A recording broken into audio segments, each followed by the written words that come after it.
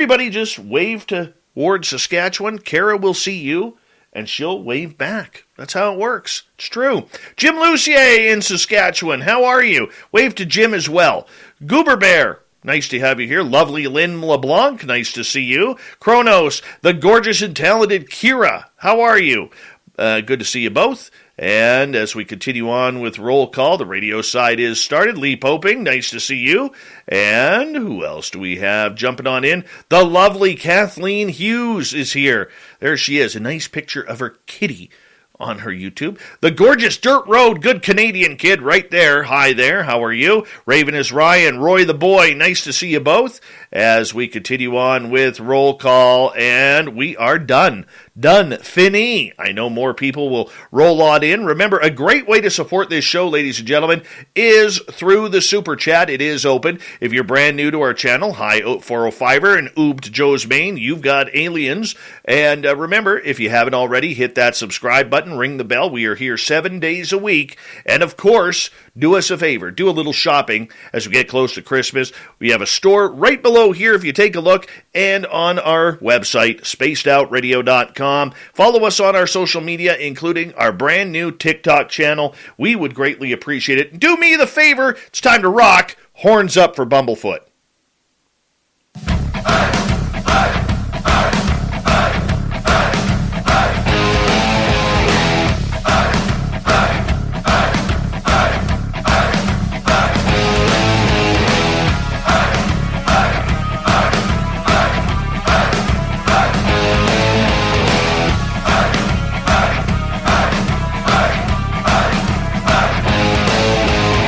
From the mountains of central British Columbia to you listening around the world, this, my friends, is Spaced Out Radio. I am your host, Dave Scott, sitting in the captain's chair of SOR headquarters. We welcome you to tonight's show on our terrestrial affiliates around North America, digitally on TalkStream Live, Revolution Radio, and KPNL. All of our archives are free. Go to youtube.com/Spaced Out Radio. Do old Davey the favor, hit that subscribe button. You can follow us on Twitter at Spaced Out Radio, Instagram at Spaced Out Radio Show, and now on TikTok at Spaced Out Radio. Our website is spacedoutradio.com. We have a plethora of features for you. Rock out to Bumblefoot. Read Shirky Poo's Newswire. Check out our swag as well. Tonight's show is brought to you by Chive Charities. Help make the world 10% happier by visiting Chive Charities today. You can find them on our website. We got a beautiful guest for you tonight. He's an author. He's a reverend. Michael Carter is originally from Baltimore, but is an ordained interfaith minister and received a bachelor's degree in letters from the College of New Rochelle, where he graduated cum laude. He received his master's in divinity degree from Union Theological Seminary in New York City in 2000.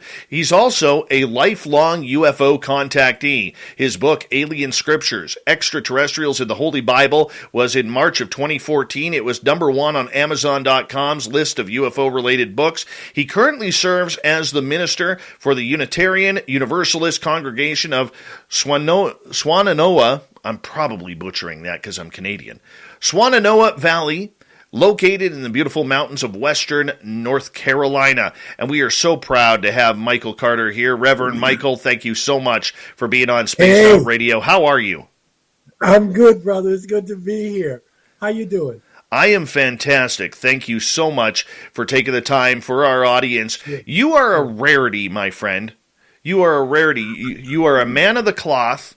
You are a man who has given his life to God, but you also have these incredible experiences yourself that have been lifelong with extraterrestrials. I got to ask you, my friend, I mean, are you surprised that you are a rarity in this field? Oh, wow. That's a good question. You know what? I am, in the sense of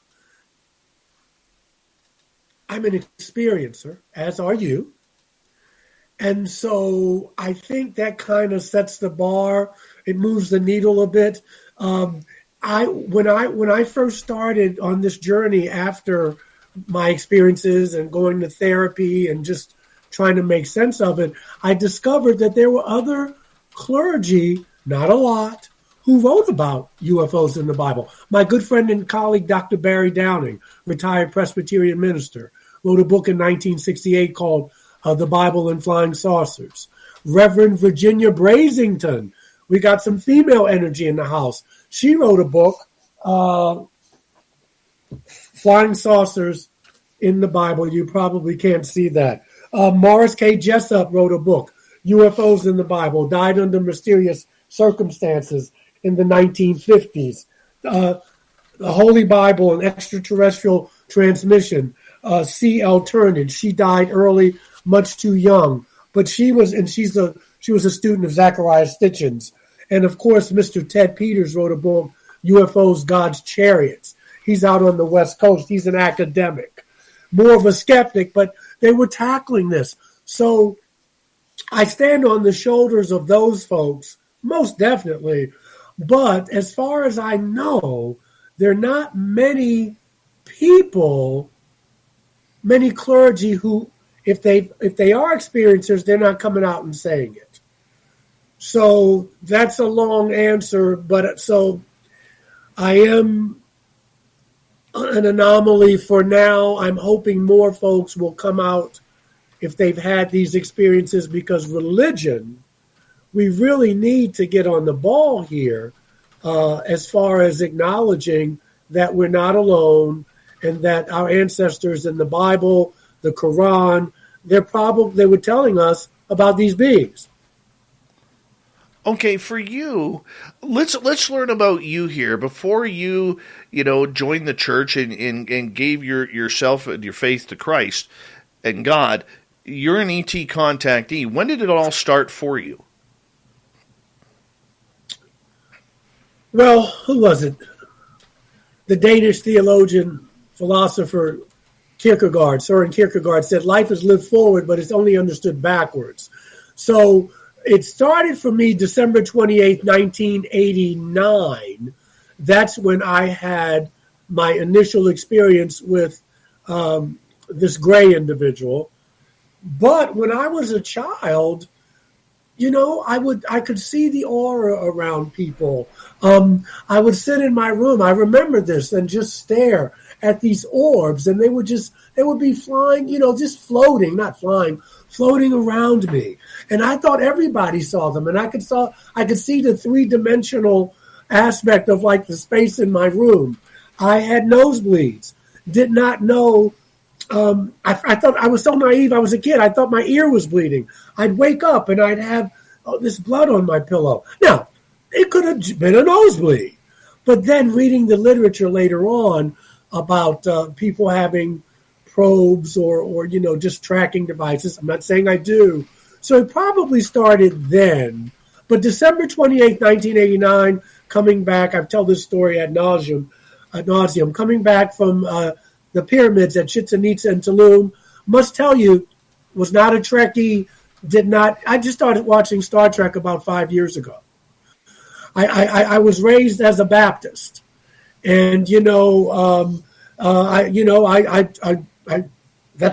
where my Weltanschauung, my worldview was. So if it wasn't in the Bible, it didn't exist. And I came back, and I went to a party. No adult beverages served. A good friend of mine was having a get-together. So when we got back to JFK, I was living in New York. My girlfriend at the time, she was exhausted. She said, "You go. I'm going to stay home." It was cold, but I wanted to show off. I was 85, 90 degrees. I was nice and tanned. I wanted to show off. I just came back from 85, 90 degrees on the Yucatan. So I went, had tons of deviled eggs, which is my weakness, talked to folks, laughed, joke. Yeah, I need to be in a support group for this. Anyway, I'll get some help for it.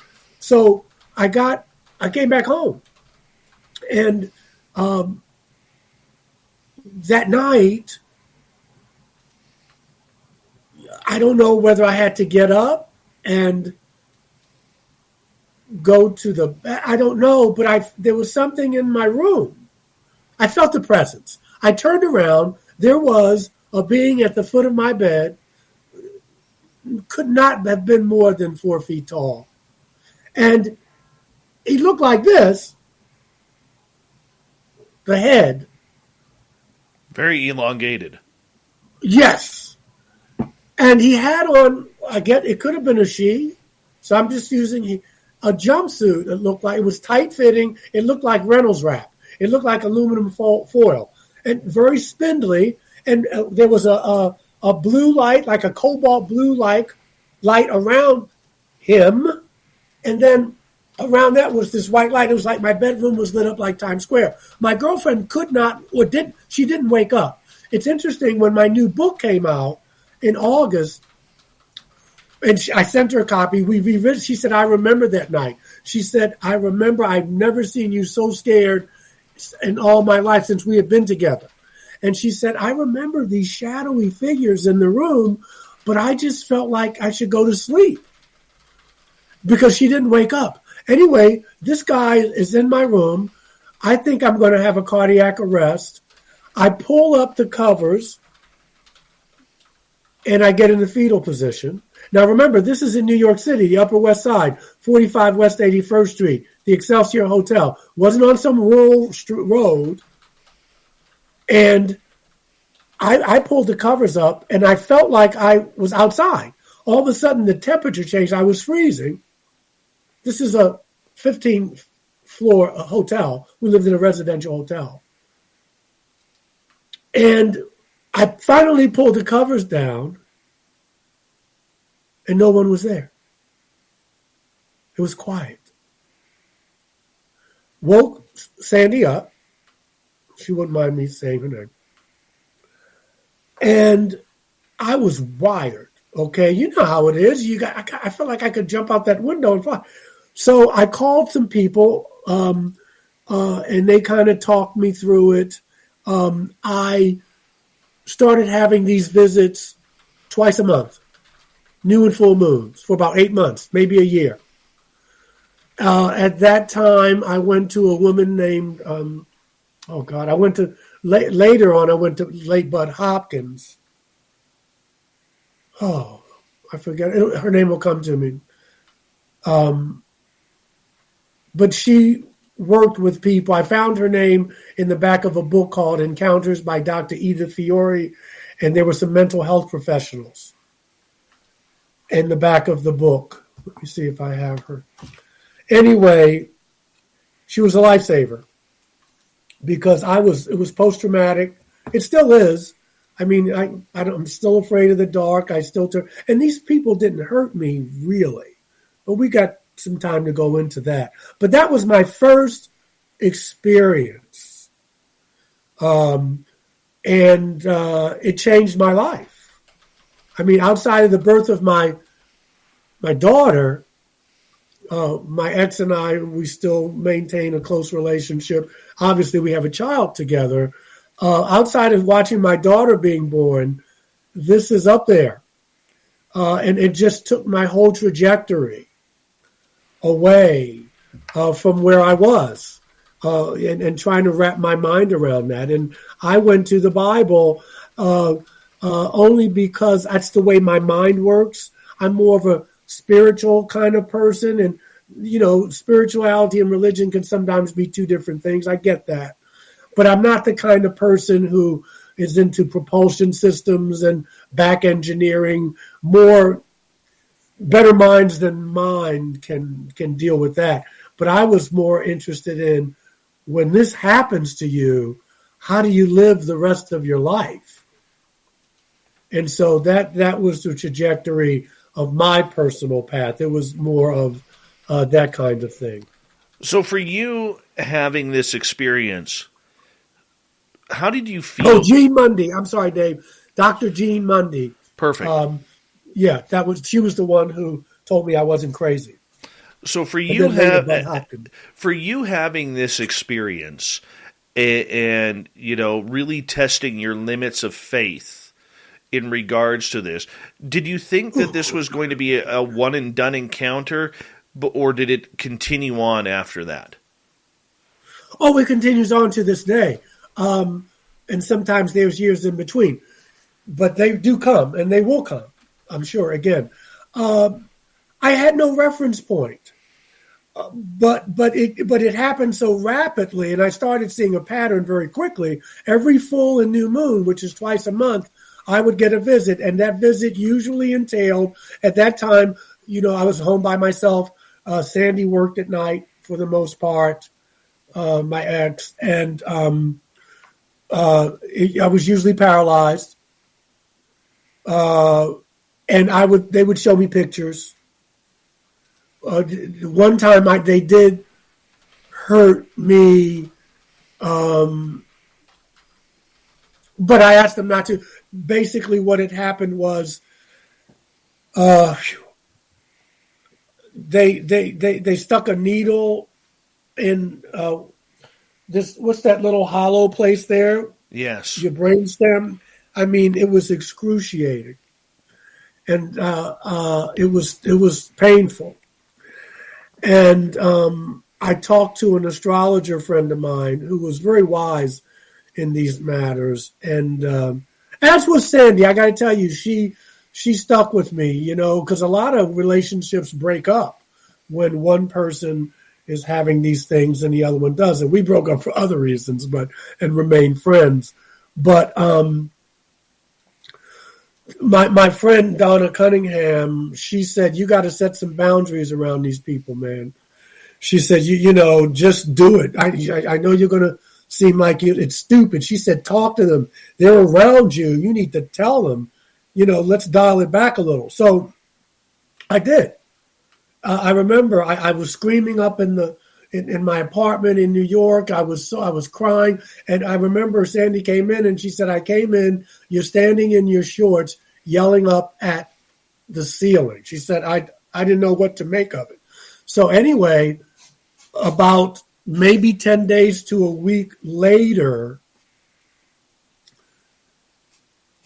they came. And, it was the paralysis. And they showed me a picture of a syringe. And I could, it's like when you go get your blood taken and the nurse is so lovely and you don't even feel it. And they stuck it in my crown.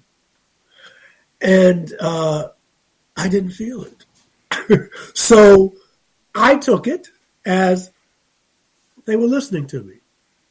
Somebody's got to listen to me, Dave. Sometimes my daughter doesn't listen to me, but somebody's got to listen to me. So I just took it as, wow, they listened to me. And that was the only time. And so the lesson from all of this was, Dave, they didn't tell me this is your mission or anything like that. But what they made me look at was, outside of the bizarreness of these brothers and sisters popping up in my bedroom at night, because like you, I've seen several different races. It made me look at, Michael, where else do you let fear get in the way of your life? Because outside of the bizarreness and the suddenness, these folks never hurt me. If anything, my life, they expedited my spiritual journey, for me. And so it made me dial the fear down a little bit. I mean, I still have it, like tonight, I'm not as fearful, but, I sleep with the light on till the last minute, and as if that's going to keep people from coming. I close my blinds, but, it's kind of post-traumatic. But I'm so much better than I was, man. Reverend Michael, you keep referring to the extraterrestrials as people.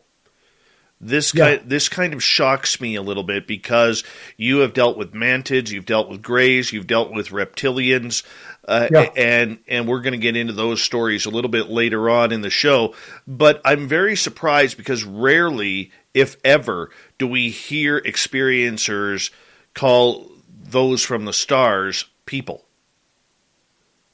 Well, Native Americans, some nations call them star people or the star tribes. I don't like the word alien. I don't like it when we use it with human beings. These are sentient beings. Some of them have families. They have lives. And so for me, it just keeps that distance. I feel that one of the one of the things we need collectively is to kind of lose that illusion of separateness, whether it's from a God or whether it's from our neighbor, whether it's from, and so, these are my brothers and sisters. The Dalai Lama talks about that as well. And so that helps me not refer to them as the other, because that's a part of the fear, but we do that with each other and we perpetuate us versus them. And I try to steer away from that. No, and I think that's very profound, because it sounds to me that you have been, as we got about 4 minutes to go here before we get to the bottom of the hour break. Oh my God, it went so quickly. This will go very quickly tonight, to be absolutely blunt with you. But the idea that you have had needles put on you and you've been prodded and poked and everything, the fact that you are seemingly almost at peace with your communication and your contact experiences, I'm very, very surprised that you're choosing empathy over anger.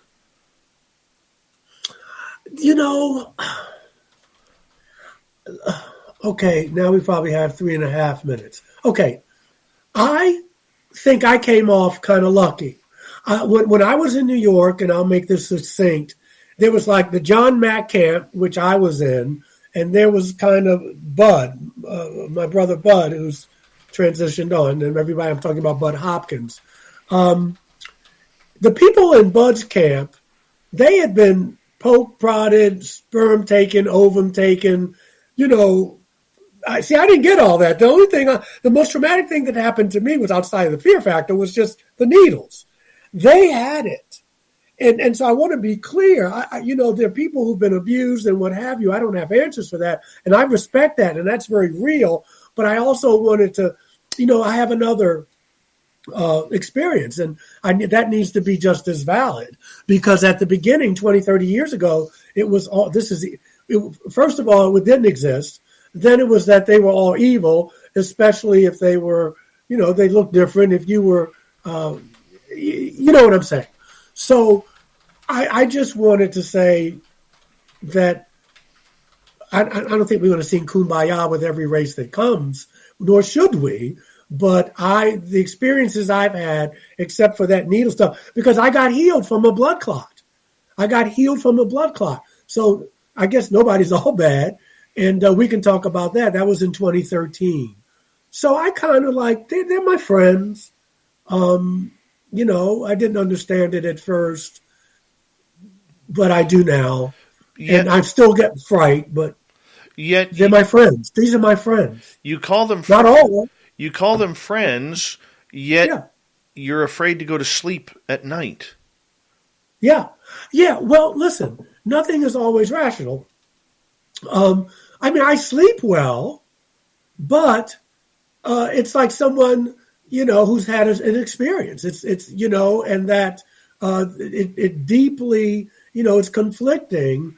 For me, my fear comes is because when this show is over, I could go back there tonight, and I have to get up in the morning and get to the church, and I could have a visit.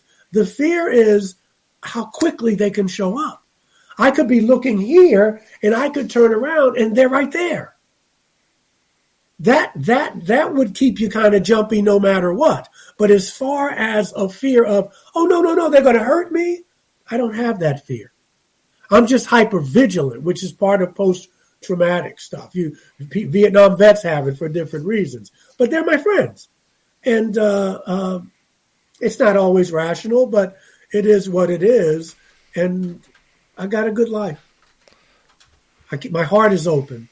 I love. I admit mistakes. I don't have to be right all the time. Part of that's my own growing process and spiritual journey. But like I said, they expedited that. And life is contradictions. People are contradictory. I'm preaching on that this Sunday about the contradictions of people. Yeah. You are a beautiful man, Reverend Michael Carter.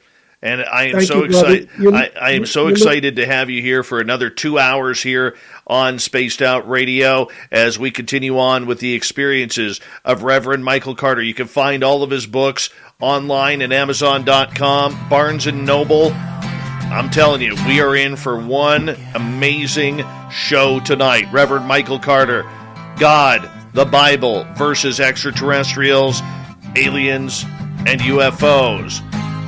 Where do they come together? Where are they apart? We'll find out next on Spaced Out Radio.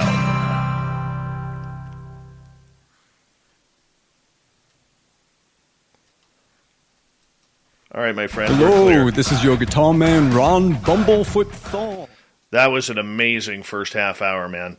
Amazing. Brother, you got me pumped. It's almost like I'm reliving it. I feel you, man. I know, totally feel your experiences. And when you put me such at ease when you said that, I felt that when I was talking to you. I said, this brother he's playing it close to the vest, but there's something. This is great, man. This is great. And I love to get the chance to do this. And and there's nothing off limits, because I got to tell you, it changed my faith a little bit. I'm not to my Christian friends, I'm not Christian at all because of this. And some of my church members wanted me to get fired, but it's one of those things. It opened me up. Yeah, man. As far as other faith traditions and stuff like that. That was the beauty of it. You know where it opened it up for me, my friend, is, and a lot of people don't understand this, and a lot of my Christian friends don't understand this. I feel my experiences literally brought me closer to God. Yes. But drew me further away from religion. Yes. Yeah, that's it. That is it. Because I wanted to say, and we can talk about this, I didn't dedicate my life to Christ. I mean, I got baptized, but it's no longer that. I'm not even what people would even refer to as a Christian. I mean, that narrative of Jesus, it means, well, we'll talk about it. Yeah, because, we'll get into that during the show, because that's deep, and I want that to come across. That's deep, brother. Yeah. But Julie likes my hair. I'm going to show the hair. Yeah, please put the hair down. We're a big hair. Yeah, let your hair down, Mike. I'm so uptight. Yeah, look at that beautiful dreads there. Oh, yeah. I'm not. Yeah, well, we both had the same length, brother. When I cut my hair, it was your length, Dave. It was your length now. So I can imagine you with your long hair. Are you going to let it grow back? Oh yeah, I'm going to let it. Probably another. I want to bring it down to my chin level. So you got a ponytail? Yeah. Yes. So that works for me. Veteran Surf Jer, a beautiful veteran here on Spaced Out Radio. We love our veterans around here. Thank you so much for that awesome super chat, Surf Jer. Much love to you. And I believe Surf Jer is a Vietnam vet, if I'm correct. So God bless you, man. God bless you. Thank you so much. Welcome home. The lovely and talented Sonia's News has arrived. Oh, she's got a great UFO channel. I love listening to her speak. Love listening to her. Magnus Ver Magnuson, all the way from, I believe, Denmark or Iceland or somewhere like that. Anonymous Rex, much love to you for coming on in. And Mennonite Abe says, I like what this guy is laying down. And, let's see, who else do we have here? Wow, Kira, thank you so much. Much love, my friend. She is amazing. Now, this lady here, she is tuned in. Very tuned in. And she was like, they were upgrading you. Oh. Yes, I saw that. The gorgeous and talented Simply Coco, please tell us what your beverage of choice is for tonight. Appreciate that. She always has a beverage of choice. Usually it's a nice sangria, so we're going to find out here momentarily. Jeffrey DeRuin, my friend. Hey, by the way, Jeff, not only thank you for that awesome super chat, but I had a great conversation with you today, man. I really appreciated that. Found out that he's an engineer. Gets to play on the trains. Wow. I wish I always admire guys who get to play with the big toys. You know what I'm saying? Yes. Yeah. Yes. Neil, I mean, with that mind, with an engineer's mind, that's a brilliant mind, man, to be able to do that. Oh yeah, he sent me pictures of inside the train, and he's like, "Yeah, it's pretty boring, and all this." And I'm looking at this, and I'm like, I'm so jealous right now, totally jealous. All right, Neil Attenbury, welcome to our channel. Thank you so much for joining us. The gorgeous Carl, the stunning Amy Vegas O has returned. Awesome Annie Svensson. There's our other great veteran, Black Dragon, former Marine. We love you, my friend. How you doing? And who else is here? Because we're just about to come back here in a few seconds. Dirty Filth, thank you so much, buddy, for your amazing art and your amazing talents and your amazing super chat. I'll read off the super chatters here. Dirty Filth, Jeffrey, Kira, Surf Jer, Backspin, and Guillermo. Thank you so much. Chad Smith, the Chad Smith. Appreciate you, buddy. And yes, it is sangria. Look at that. Here we go.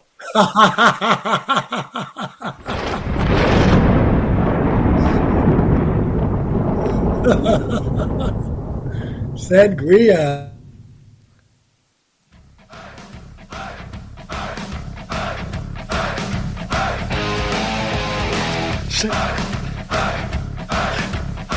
Second half hour of Spaced Out Radio is now underway. My name is Dave Scott. Thank you so much for taking the time to join us. We really do appreciate earning your listening ears. Want to say hello to everyone who is tuning us in and remind you that you can check out our free archives by going to youtube.com/Spaced Out Radio. Do me the favor, hit that subscribe button. Our website is spacedoutradio.com. We have a plethora of features for you. Rock out to Bumblefoot, read Shirky Poo's Newswire, check out our swag as well. Follow us on Twitter at Spaced Out Radio, Instagram at Spaced Out Radio Show, and now on TikTok at Spaced Out Radio. I tell you, if you missed the first half hour of the show, you're going to want to rewind this one on our podcast and check it on out. Our guest tonight, author, Reverend Michael Carter. What is it like to not only be a reverend and a man who has deep religious background, but to be a UFO and ET experiencer as well?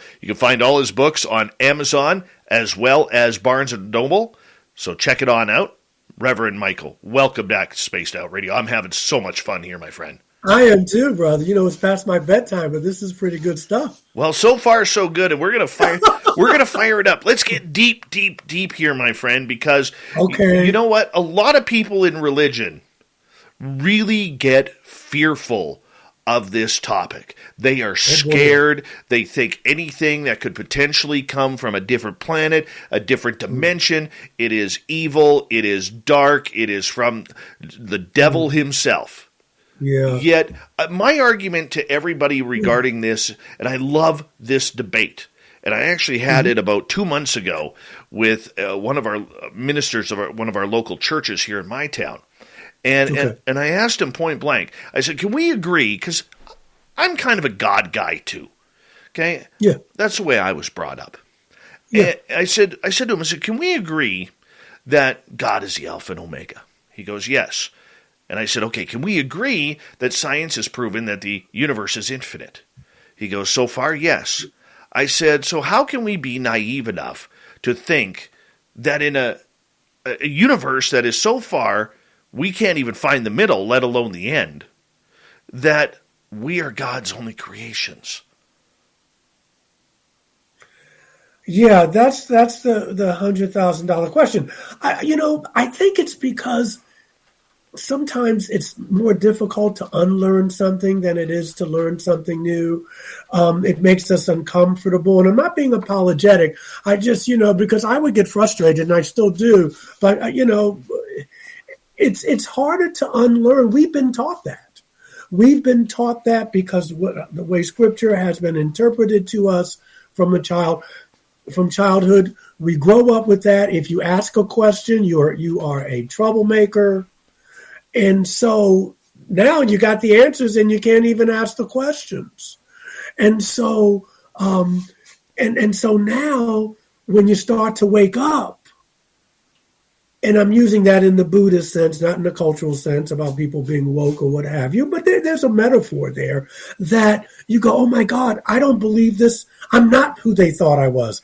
I don't. And usually there's some type of It could be your brother went to Vietnam, coming back, welcome home, different than he was when he went there. It could be an NDE, near-death experience, OBE, something that throws cold water in your face and you go, wow, I was asleep.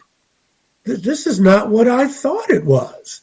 And so sometimes, and you don't always have to learn. You can learn through joy. Don't get me wrong. It doesn't have to be traumatic, but something has to shake us up. Something has to get our attention because we're sleepwalking. Also, now that we know, then you have to change.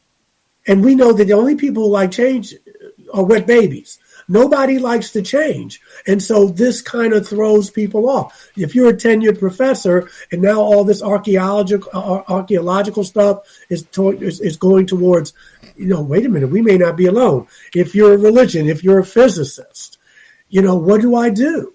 Do I risk my career? Do I risk the life I'm leading to rock the boat here? It's rewarding to just stay here. Don't rock the boat. I don't want to hear about this stuff. It's just human nature. Is it frustrating? Yes. But we've all done it.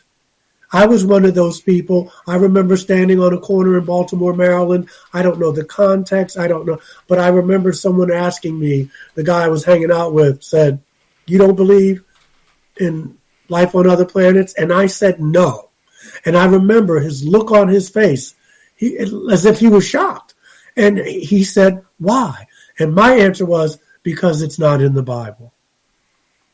Now, 45 years later, I'm telling people what a difference 45 years makes. Yeah, it is in the Bible and the Quran and the Dhammapada, and all these civilizations and these scriptures talk about it. So it's frustrating, but you got to be a little patient with our brothers and sisters, man, because it's a big thing to have your world rock like this. So where did this fear from the religious community come from when it comes to the Bible, extraterrestrials, and UFOs? Why is there such a fear of believing that there is a godly creation of life somewhere else that may have been around a lot longer than human beings and has the technology already to get here? Because it's fear of the unknown. I mean, these aren't sexy answers, but it is. And again, it rocks my world. Listen, people write me and they say to me, can I be a Christian or can I be a religious person and still believe in UFOs? That shows you that fear, that angst, that struggle. Because somehow they're saying, if I believe this, I have to give up this. And you don't have to give up anything. But we're taught that. And we're in the West. So it's either good or bad, right or wrong, positive, negative. We're not taught to look at things as an integrative whole. That's why I love the Taoist symbol, the yin yang, because there's a little dark in the light, a little light in the dark. That's life.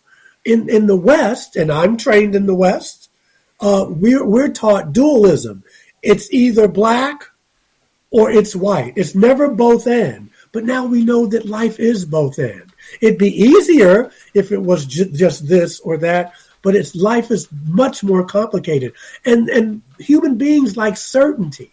Religion likes certainty.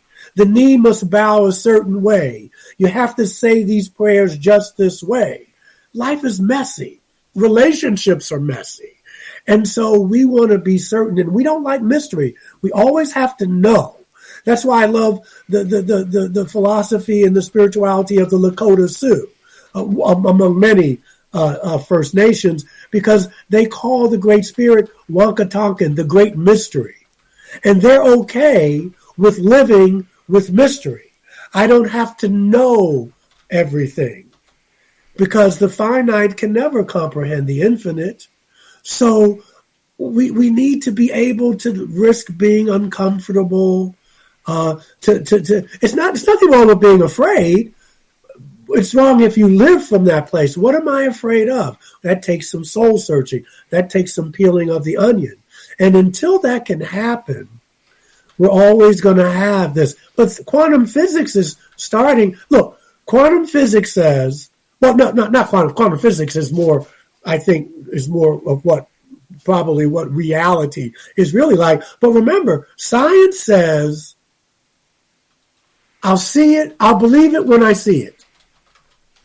Spirituality says, if you believe it, I'll show you. Two different worldviews. That's number one. Number two is Einstein said it. The most important question you can, well, one of them to ask yourself is the universe a friendly place? Because the way you answer that question will dictate how you live your life. And the church has promoted a lot of fear. And because we didn't understand. We'll burn you at the stake if you have red hair or if you're clairvoyant. How many people have died because they challenged the Trinity? I mean, we found really inventive ways. We'll nail you to a piece of wood if we don't like what you're saying. So, that's the extreme. But we gotta kind of look at the fears and move through the fear and the ignorance. And it's a slow evolution. But that's the only way I know. Brother, if I knew, we could split the Nobel Prize money. But that's where I see it coming from, fear of the other. Your lips are thicker, your hair's different, your skin's different. You're different from me. I need to watch you, as opposed to saying, this is curious. This is curious. Let me engage this. I'm a little nervous, I'm a little awkward, but let me engage this. Two different ways of looking at the world. This is what Gene Roddenberry was talking about in Star Trek, that we have to embrace the differences if we're going to be a mature race, and I'm talking about race as human, and going into the 21st century and beyond. Boy, that's a long answer. No, that was a beautiful answer.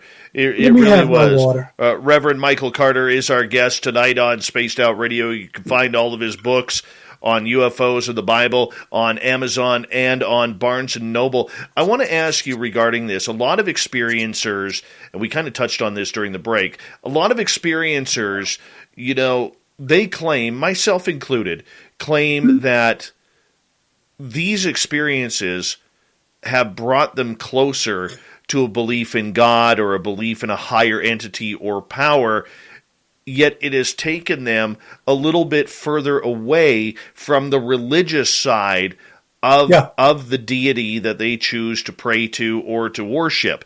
Right. Why is this happening, and what are people seeing? Where we see more people now, instead of going to church, they're going into nature, they're going in, they're staring up at taking the time to meditate and stare up at the stars, trying to find their inner peace in their inner core. How has that changed? How does that work? Well, listen, we're in the West, so let's talk about Jesus, Yeshua, our brother, for a minute. Jesus was born a Jew, okay, with all the beauty and profound, all the beauty of that religion, okay? The keeping of Moses, and the 8th century prophets, and, Amos and Elijah and Ezekiel, and, that rich history of being conquered as well, Babylon, Rome, the list goes on. One of the things that got Jesus in trouble was because he was moving out of Judaism as they know it. I mean, people wanted to stone him. People said, you're not keeping the law and the prophets. And so Jesus said, no, you can do both. I respect Moses. I respect my ancestors, but I'm coming with a new kind of thing here. You got to bring your A game. Now you just can't love other Jews. You got to love the Roman. You got to love the Samaritan. You got to bring your A game now. It's not just you don't covet your neighbor's property. You don't sleep with your neighbor's wife. You don't do it with anybody, whether they're circumcised or not. And Jesus, outside of, Rome was not having it. Rome, they play hardball. That was a no-no, brother. And so the same people who say Hosanna, he's here, look, get out of the way, the donkey, on Palm Sunday. 5 days later, they're saying, give us Barabbas. This is how human beings are. My point being is that, like you, like me, like your guests, we were in a box. And then we decided we're going to make the box a little bigger. Some of us said, I can make the box a little bigger, but I like the box. The old ways work for me. Some people say, I got to throw that yoke off. It doesn't work for me anymore. Well, that gets people nervous. You're going into nature. You're saying, God is out here. God is in me. I don't need a priest. I don't need an imam. I don't need a rabbi. It's right here. Well, that gets people nervous, see? That'll get you in trouble. 500 years ago, 1,000 years ago, you said what you just said to me. I said this. That's a death sentence. You're done. So we've changed, but we haven't changed. And it's we got this technology, man. But sometimes we still have that primitive, for lack of a better word, don't want to be offensive, with this old way of thinking. But there's a new paradigm now. And either you get on board or life will pass you by. Life will pass you by. But Jesus scared people. Buddha scared people. Did he scare people? Yeah. 500 years before. Joan of Arc scared people. You scare people. True. But you gotta stay on the love train as much as you can, like the OJ said in their song, and you just gotta, because you can only go, if you're going to be a leader, you can only go as fast as your slowest person. Let me ask you this: Jesus Christ, good friend of mine. Was he an extraterrestrial or a human? Yes, I think he was a hybrid. Listen, if your mommy's human and your daddy isn't, that means you're not fully human. It's no debate about that. Ray Charles can see that. And this is what we're talking about. You see? So it sure makes his ministry a little easier to understand. Now we may have gotten some things screwed up as far as what he was about and what he wasn't, but if my mom is human, or could it be your dad? In this case, it's Mary, and his dad is not human, then he's not human. He's not fully human. If you look in the works of Josephus, which I happen to have over here, he is mentioned in those works. Remember Josephus, kind of a shady kind of character. He was Jewish, and when Rome kind of, after the Second Temple thing, he switched to Roman side, and he's a character, but he mentions Jesus, and he says, and I'm paraphrasing, but you can Google the works of Josephus. He mentions Jesus. He said he was some type of man. He said, if we can call him a man. Now that's a little hint, so he existed. I forget the word he used. I haven't looked at the passage, but he does say, if we can call him a man. There was something special about this person. It sure would explain some of the miracles, make it easier to understand that. But it doesn't change his ministry. I mean, only God knows where he was when he would go off alone. But look, a star came to his birth. I mean, a ship. Stars don't shine lights down on mangers. Planes do that. Ships do that. Ships do that, man. If a star went across the sky, you want to talk about climate change, the whole gravitational pull of the earth would be upside down. But ships do that. Came right over, hovered over, shining right down on them. You got these folks coming from the east. That's what the Buddhists do with when there's a special birth. They send emissaries from the east. So people knew that, if you could say in some ways, that Jesus was a Buddha. They said, we know that we study astrology, astronomy. We know there's a special birth. They're bringing him gifts and stuff. But a ship does that. When he leaves, what does he get? He goes up on a cloud. Our ancestors weren't dumb. They know the difference between a cloud, but they didn't have the language. So he goes up on a cloud. Well, thousands of years before that, when Moses, what did they say? They followed the pillar of cloud by day and the pillar of fire by night. At night it was a cloud. Sometimes they camouflage themselves in these things. They hide in clouds. At night they glow. This is the Hebrew religion, the Exodus. So just like we got tired of saying unidentified flying object all the time, they got tired of saying the pillar of cloud by day, the pillar of fire by night. By Jesus' time, they just said, oh man, that's the cloud. It's the cloud. Wow. The cloud. Ezekiel was the chariot. Elijah goes up in the chariot. Man, these things are flying. If you notice in the Bible, nowhere does it say that these people had wings. Now, for listeners, I'm not saying they're no angels, please. But I'm just saying nowhere in the Bible do these people have wings. I believe our ancestors drew wings on them because they were trying to say these beings could fly. And again, we can have two different ideas here. So don't go crazy. I'm not saying there are no angels. I'm just saying, in the story of Abraham, they're eating food.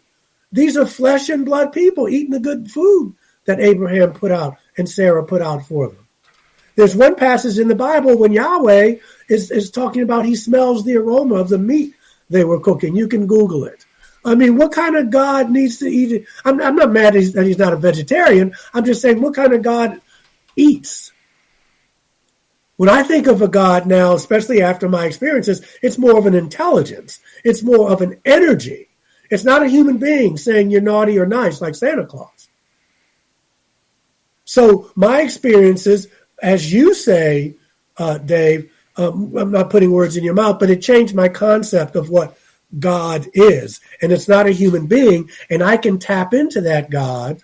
I can tap into that energy by meditating, by contemplation, by walking in the woods. I call them spiritual technologies. That's how I can tap into it. And it's in here. If I lost my job because people were saying, you know what, Michael, you've been a good guide and whatever, but I don't need that anymore. That's okay. I find a job doing something else. But it's that my God better than your God. When we take it there, pick up a newspaper. I'm sorry, we don't have newspapers anymore. Look at your social media. Yeah, I'm telling my age is coming up. Yeah, just pick it up. Look at this stuff that's going on. Because you don't believe the same way I believe. I'll kill you. I'll kill you, man. This is where we are. We got 90 seconds before we have to go to break here at the top of the hour. Reverend Michael Carter is our guest tonight. Your words are just hitting home with a lot of people here, and I'm noticing it in the chat room tonight that everybody is, pretty much throwing their hands up in the air and saying, amen to you, my friend. With what you're talking about. A hard question. This may take us into the next break because we got about a minute left. What race of extraterrestrial do you think God is, or Jesus as a hybrid? I don't think they have a race. Okay, but you mean what do they look like? I don't know. But they had to look human. There's that argument of, well, if they're in the Middle East, they got to be dark. I'm thinking they had to look like, if Jesus as a child went into Egypt, you remember they fled because Herod got a wild hair and they wanted to kill him, and Mary and Joseph fled into Egypt. The angel said, go to Egypt, and when Herod's done, I'll bring you out. If he had to look like the people who lived in Egypt, or else Herod would know what he looked. You know what I mean? He had to blend in. So, all I know is that he was human. He was probably darker skinned, as most people were at that time. Is the word race a good word, like race of extraterrestrial? Is that a good way to put it, or is it just an omnipresence? Yeah. I put it like, they're different races, they're different species. They're different races, like we have different races. Okay, we have different races. The only thing is, they just don't get hung up on that. All right, my friend, I'm going to get you to hold on right there because we are going to go to break at the top of the hour here. Reverend Michael Carter is our guest tonight. Extraterrestrials, aliens, UFOs versus the Bible and God. Which side are you on? Who you placing bets on? Maybe that's a wrong term to say, but that's all right. We're having an amazing conversation tonight. Find all of Reverend Michael's books on both Amazon and Barnes & Noble. We'll be back with more Spaced Out Radio in Hour 2 next. Stay tuned.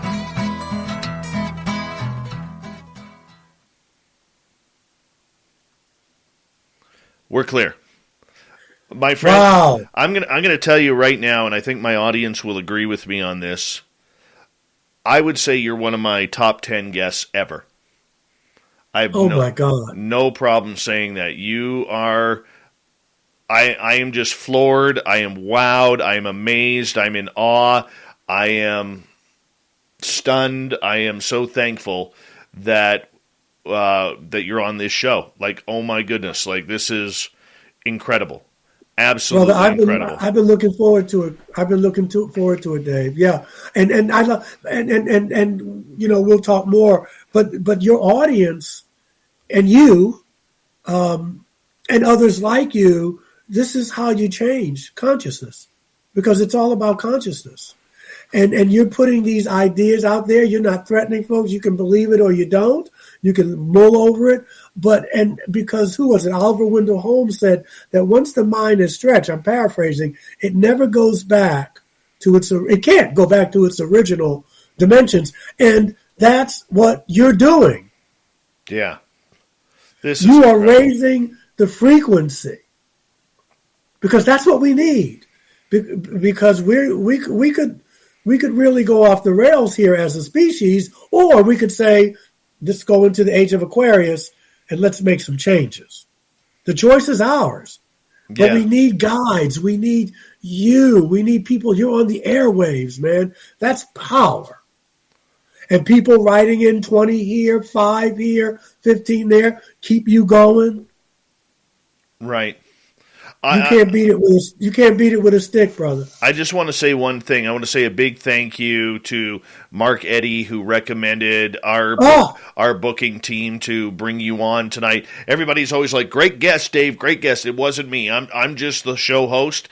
My booking team I believe it was Filth, reached out by Mark Eddy and said, "Hey, let's get Reverend Michael on Spaced Out Radio." And this sounded like a wonderful show. I love this combination of topics. And by God, we hit a home run here tonight. We have hit a home run. This is gorgeous. And we still got time. Yes. Oh, yeah. My audience is putty in your hands right now, just so you know. Well, we're like-minded people. It's good, like you said, after getting beat up all day, to come home, fear this, fear that, fear this, fear that. And then you come home and you get some energy from like-minded people. That's what you need. That's what we need. And that's what you're giving us. No, you're giving us one hell of a show here. You're giving us one hell of a show. Oh, honestly. Brother, this is beauty. Much love to you, my friend. I am... Thank you. We'll talk more. We'll be doing some more. Oh, yeah, definitely. This is definitely happening. We can talk about a lot of topics. It'll pump me up because I got to be at the church in the morning. Christmas time, brother. It's a busy. Busy. In hour 2, I will introduce some questions from our audience in the chat room, so I'll read them off to you, if you don't mind. And wow, I just cannot. Wow, I am. There's a hunger for this type of conversation. Yeah, and so that's it. Because if we don't talk about it, very true. How are we going to communicate? I'm just going to say hello to a few people here who just joined us. James Smith, how are you? Anthony Luciano Raimondi, welcome to Spaced Out Radio. And don't forget to hit that subscribe button. Rooted in Gorgeous Sacredness, thank you so much for joining us. We appreciate that. Who else has come in late here? Gianni Russo, how are you? Welcome to SOR Chat. Thank you for joining us. Don't forget to take and hit that subscribe button as well. We would appreciate it. And we're having an amazing show tonight. And 509er, how are you, buddy? Good to see you. This is... Wow. Wow. Yeah, you're coming back on soon. I will. I will tell you that you're coming back on soon. I love it. Keeps me off the streets. Mm-hmm. Keeps me going too. Yeah. Otherwise, I'd be out there having a beverage. Well, I would like to have a beverage right now too, and I just might because I got some nice cold water here. Yeah, that's what I had, and some tea. I had some herbal tea. Oh my God, it's still sitting here. Probably cold. Probably, but that's okay. No, I was engaged, man. I forgot it was there. It's okay. It's tea. Occasionally, I'll have a cold one. I mean, not this late at night, but on the weekend, I'll watch the game and have a cold beer. And he's in Asheville, North Carolina, which is the home of some great single A and double A baseball. Minor league yes, baseball. That's right. We were talking about that. That's right. Earlier on,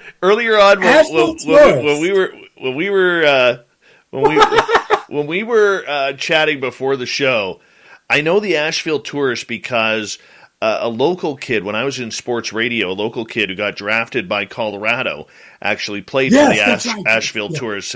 What was his name? He was a left-handed pitcher. I don't remember his name, but listen, Russell Wilson? Yes. For the Seattle Seahawks? Yeah, he played in Asheville. He played for the Tourists. Yeah. We got 10 seconds. Big thank you to all the super chatters out there. Thank you to the veterans who are listening to this show. We're rocking and rolling here, everyone. Here goes hour number 2. Let's do this thing. You're listening to Spaced Out Radio with Dave Scott. Follow Dave on Twitter at Spaced Out Radio and on Facebook, Spaced Out Radio Show. Hour number 2 of Spaced Out Radio is now underway. My name is Dave Scott. Thank you so much for taking the time to join us. We really do appreciate earning your listening ears wherever you are in this beautiful planet we call Earth. Hello to everyone listening in on our terrestrial affiliates around North America, digitally on TalkStream Live, Revolution Radio, and KPNL. All of our archives are free. Go to youtube.com/Spaced Out Radio. Do me the favor, hit that subscribe button. The Desert Clam has set the password for tonight in the SOR Space Travelers Club. Wanian. Wanian is your password. Use it wisely, space travelers, as the Clam sets the password each and every night right here on Spaced Out Radio. Our website is spacedoutradio.com. We have a plethora of features for you. Rock out to Bumblefoot. Read Shirky Poo's Newswire. Check out our swag as well. Follow us on Twitter at Spaced Out Radio, Instagram at Spaced Out Radio Show, and now on TikTok at Spaced Out Radio. We continue on tonight with Reverend Michael Carter out of North Carolina. Not only is he a man with his own church and his own congregation, but he's an ET contactee and experiencer as well. An interesting topic tonight. It's the Bible and religion versus UFOs and extraterrestrials. What side do you fall on? Is there a side to fall on? Reverend Michael, thank you so much for joining us again. Before we get to audience questions, we always see this great debate. We even hear about it right now within the United States government, where a lot of people want to disclose the entire UFO phenomena and the contact that's being made, but there are the other side of the ledger here that believe it's demonic, believe that it's scary for human beings, it's scary for humankind, and they don't want anything to do with it. This is humanity's great divide right now. Yeah, it is. It is. And there's also let's not forget the economic piece. Can you imagine free energy? I mean, can you imagine diseases like cancer,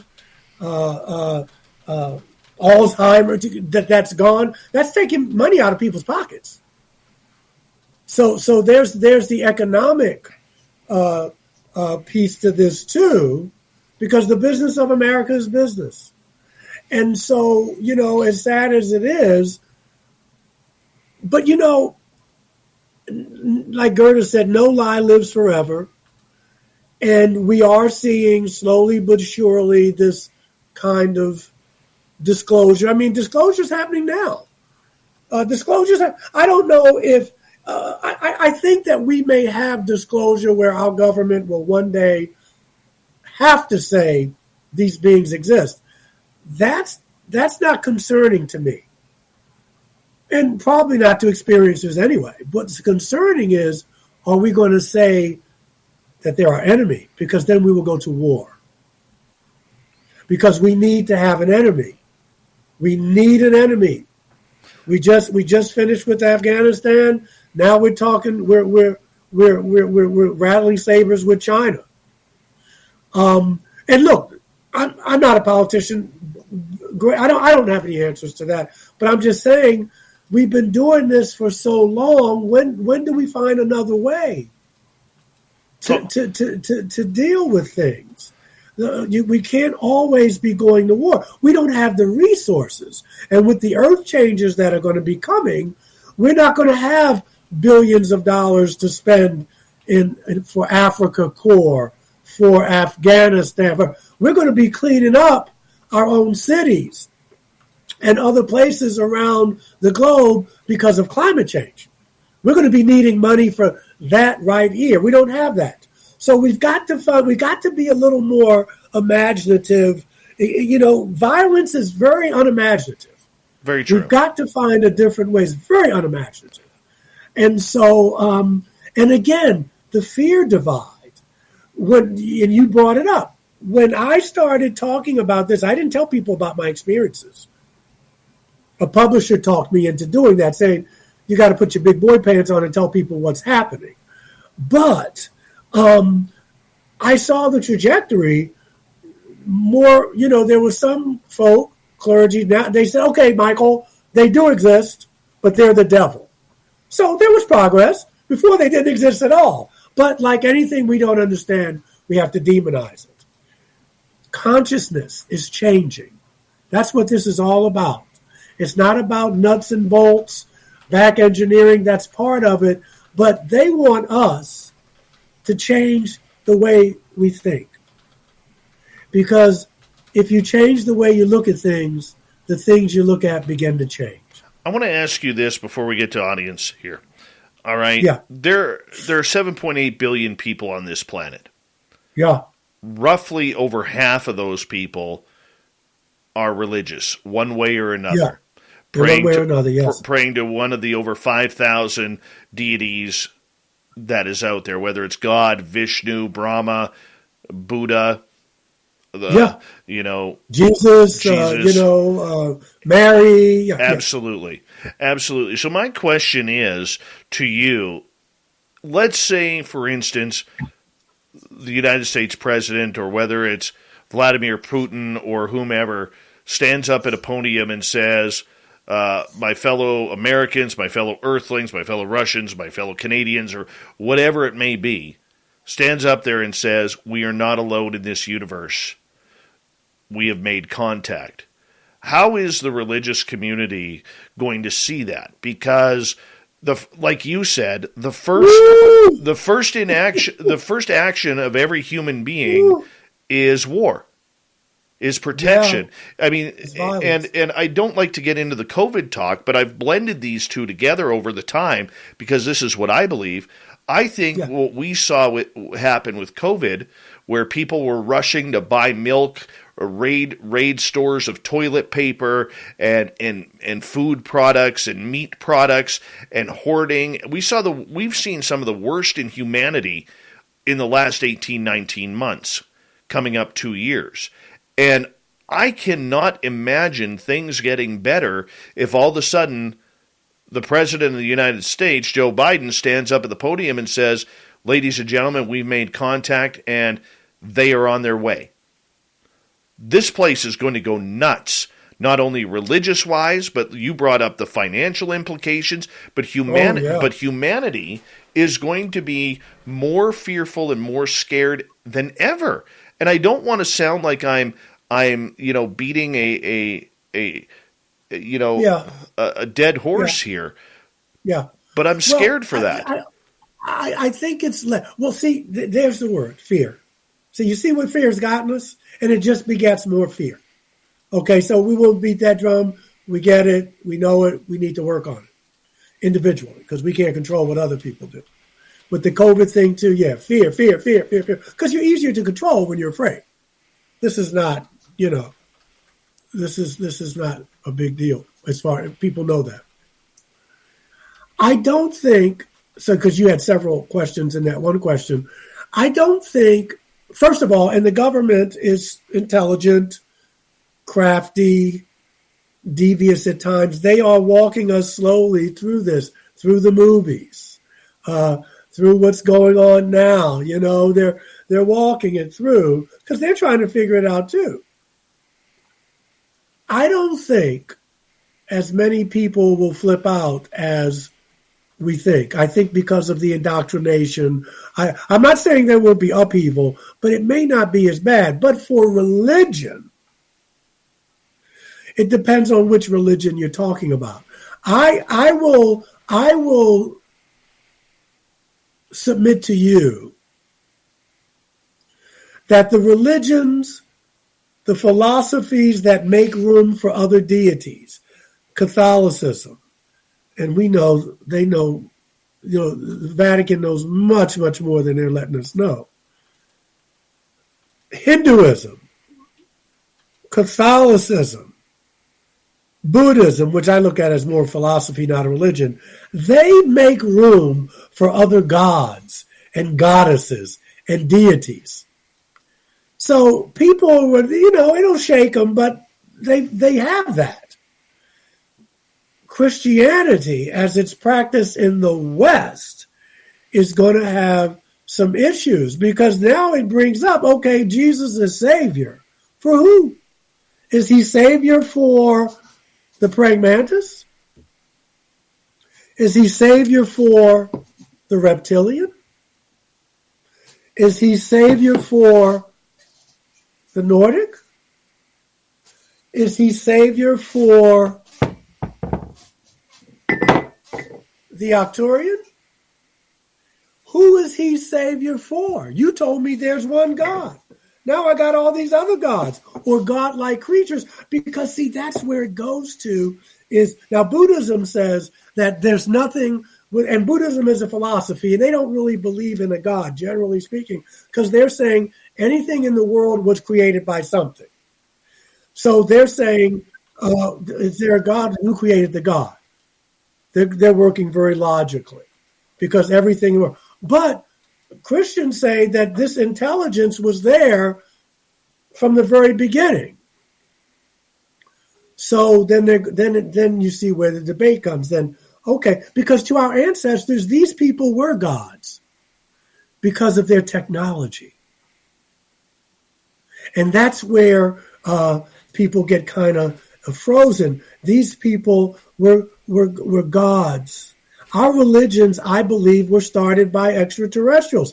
I'm not saying there is no God, but it's probably not what we think as a person.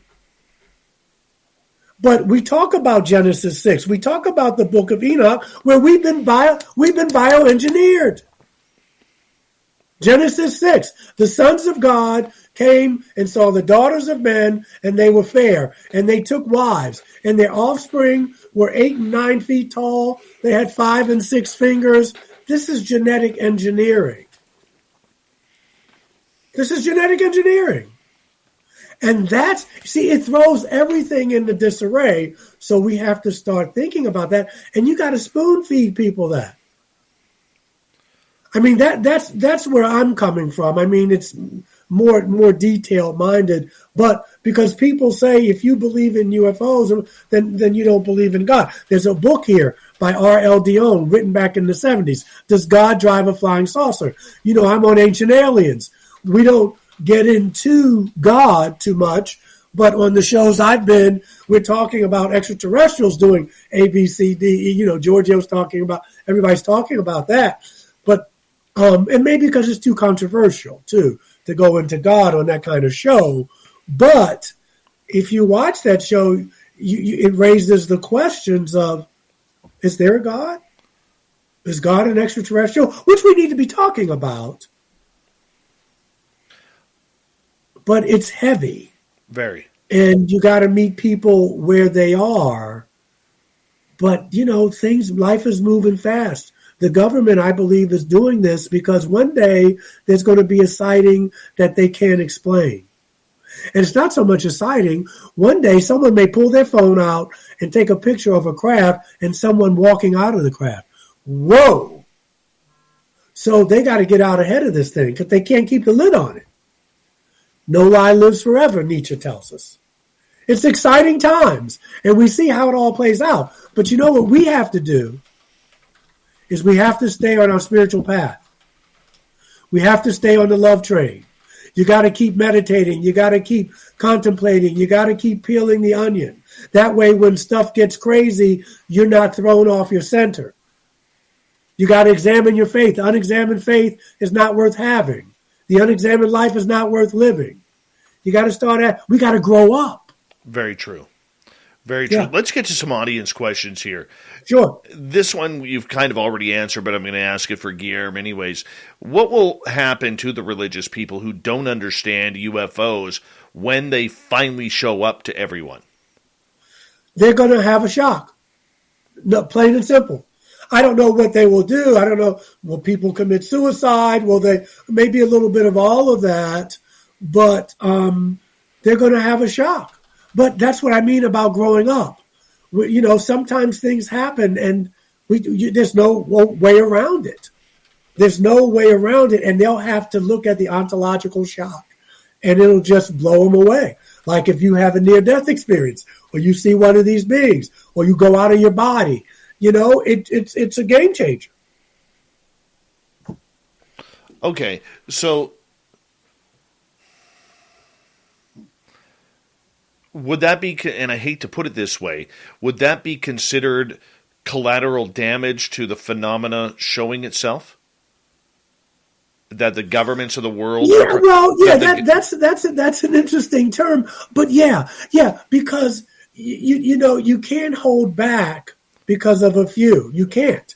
Whether you're Jesus, whether you're Buddha. I mean, you had to put it out there. And those where the seed was planted, it would grow. And where, you know, and where it's planted and doesn't grow, it's barren. But you can't let fear, there's the word again, keep us from moving forward. Because this is what fear has already done. True. Julie is asking, does Reverend Michael, that's you, by the way, think all religions were based on an original, possibly astro-theological faith and distorted like a game of telephone to what we have now? I think so. I think so. I think that if you read these books, and I have, the Quran, Bible, you know, Old and New Testaments, books that were taken out of the Bible, like this book, the Book of Jubilees. They talk about the Watchers. I think that, and that's big because that freaks people out. Well, what about God? But I think our ancestors were trying to tell us that these beings were godlike. These beings didn't tell them, no, for whatever reason. Except there's some instances in I think in Corinthians or Paul where they bow down, which is interesting to Paul and was it Barnabas, and they say, no, get up, I'm a man just like you. That's an interesting story.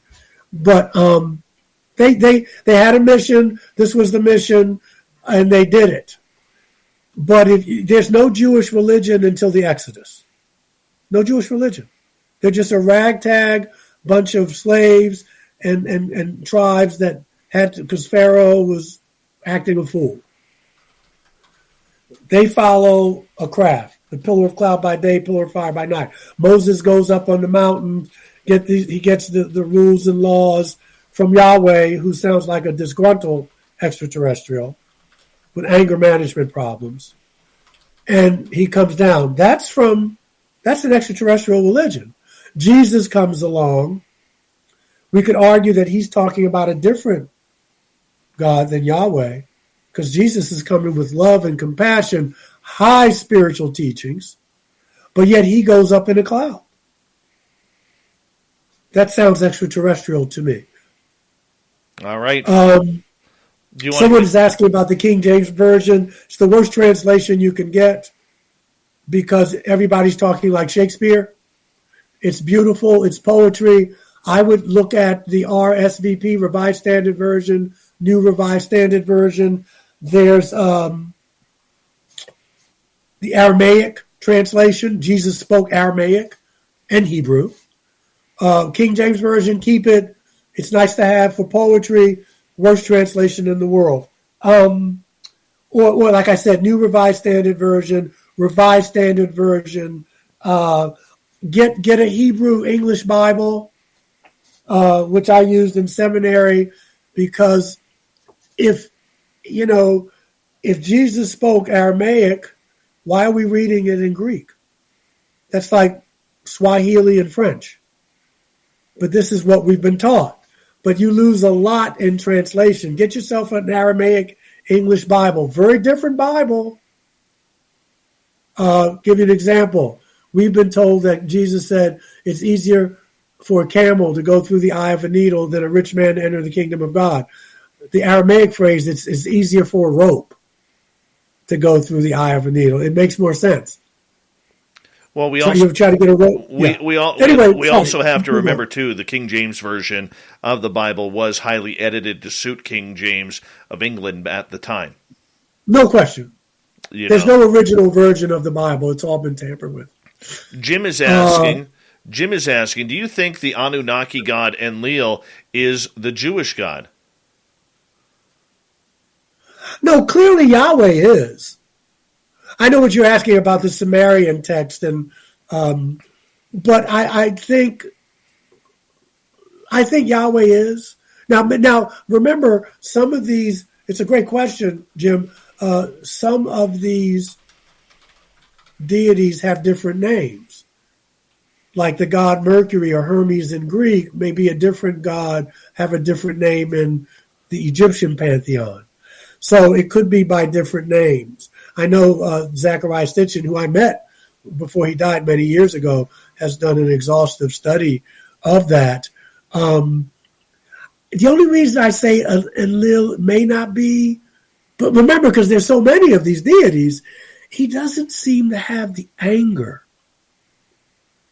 But, we don't know. He doesn't seem to have that raw ambition that Yahweh says. He doesn't seem to have that. So I would say off the top of my head, no. Because, you got the Anunnaki, the Nephilim. Are they one and the same thing? What about the Palladians? They're mentioned. Pleiades is mentioned, not the Palladians, in the Bible. And so some of these groups may be different names, like African-American, Black, Afro-American, Colored, Negro. You could all be talking about the same race with different names. So that's the best I can give you, brother. All right, let's do a follow-up from Jim here. Do you think each religion was separately or collectively created by alien races? I think that we made the religions. I don't think they came down. I mean, Yahweh says, I'm choosing you, you choose me. You don't marry outside your race.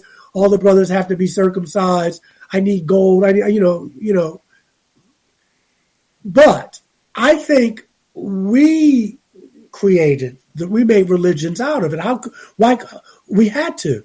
These beings were blowing our mind. If you look at the Sumerian kings list, if you look at the Egyptian king, human beings don't live for, 25,000 years, 5,000 years. These kings did. And people wrote down their names. They had to be extraterrestrial. And then they were hybrids because when there was intermarriage.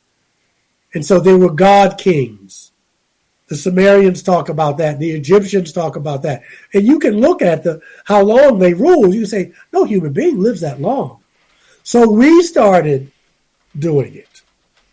We started saying when they left that we'll keep it up. Here are the priests, because they had human beings that, they favored, and you'll do this, you'll get food from me, you'll do this, you'll do that. And so we have that hierarchy now. I'm a minister.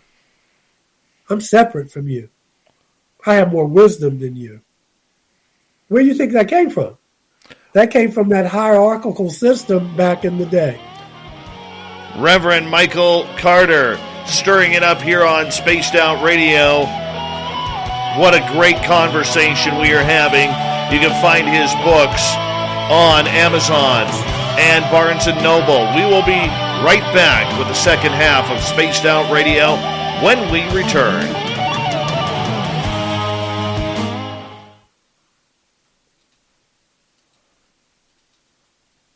Hello, this is your guitar man, Ron. Awesome. Strictly awesomeness. This is beautiful, man. I'm enjoying it. Me too, man. I'm enjoying it.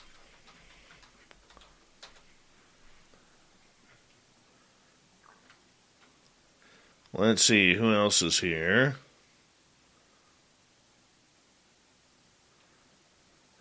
The gorgeous Amy W.C. has returned. That her birthday ran out 22 minutes ago. But the good news for you, Amy, birthday Amy, is here on the West Coast, you still have 90 minutes to go. Happy birthday, Amy. Awesome, Amy W.C., the birthday girl. Alien Believers, how you doing? Welcome back. And who else is here? I'm way behind. Audience in the chat room, I know this is a topic that can light up some people. All right? I'm okay with it. All right? Everybody's allowed an opinion. That's what we're here for. Okay? But do me a favor. Keep your comments in non-capital letters, because that's what we put questions in, capital letters, so that way I could read them. I don't want to... we don't do capital letters as arguing here. I don't believe in that bullshit. So, pardon my language, but just keep it all on lowercase. I would appreciate it. Makes it much easier for me. And we kind of go from there. Kurt Seltzer with a splash of lime. How are you? Who else has shown up here? Skip to my Lou, welcome. The gorgeous Melissa Nicole has returned. And who else is here? Let's see here. We got a bunch of questions. The Stunning Magic Maiden, thank you for coming on in. And let's see here. Ah, there he is. Gong Show Grandmaster, how are you? The Gong Show is here, everyone. There's our man, Super Quest, the official bodyguard of Spaced Out Radio. Yeah, we love him around here. And do I have anybody else new here? Nope, we're caught up. Now I can scroll way back up. Oh, there it is. Where'd it go now? All right, now I'm ready for the questions. Oh, there we go. Man, the audience is loving you tonight. Loving you. I'm enjoying being here. I hope they don't mind. I don't mind saying I don't know. If sometimes I don't have an answer. That's okay. Just shows the honesty. Yes.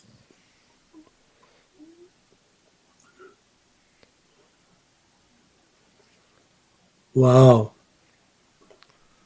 Getting lots of love, Rev. Oh, is there a way? Would you tell them I love them back and thank them? Oh, they can hear you. They can hear you. Oh, they can hear me. Yep. Oh, that's right. You said they would be able to hear me. Yeah. Yeah, it's beautiful. Let's see here. Let me turn the heat down in here. Jesus, it's freezing. I mean, I'm burning up. It's pretty cold here too, but not like where you are. I'm sure I would be in shorts where you are. Yes. Yes.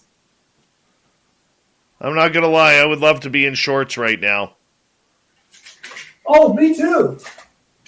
With one of my island shirts and...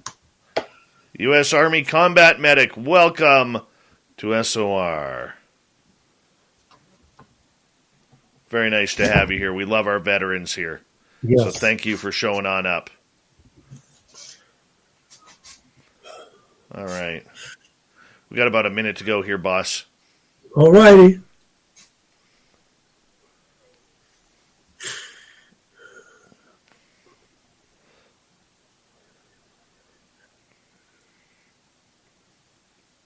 Good old Stevie franchise right there.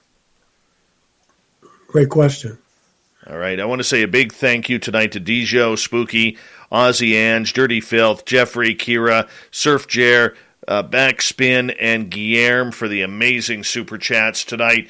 It is a wonderful way to support what we do on Spaced Out Radio on a nightly basis.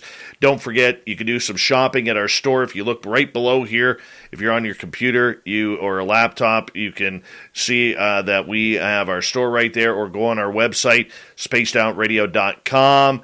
And, of course, all the veterans out there, we love you. You always have a safe home here in our chat room.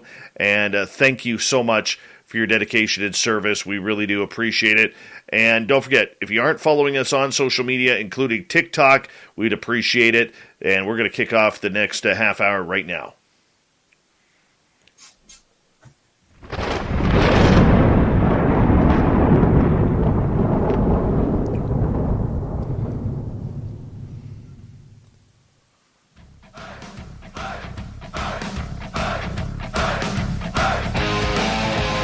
Here we go as we pass the halfway point of Spaced Out Radio tonight.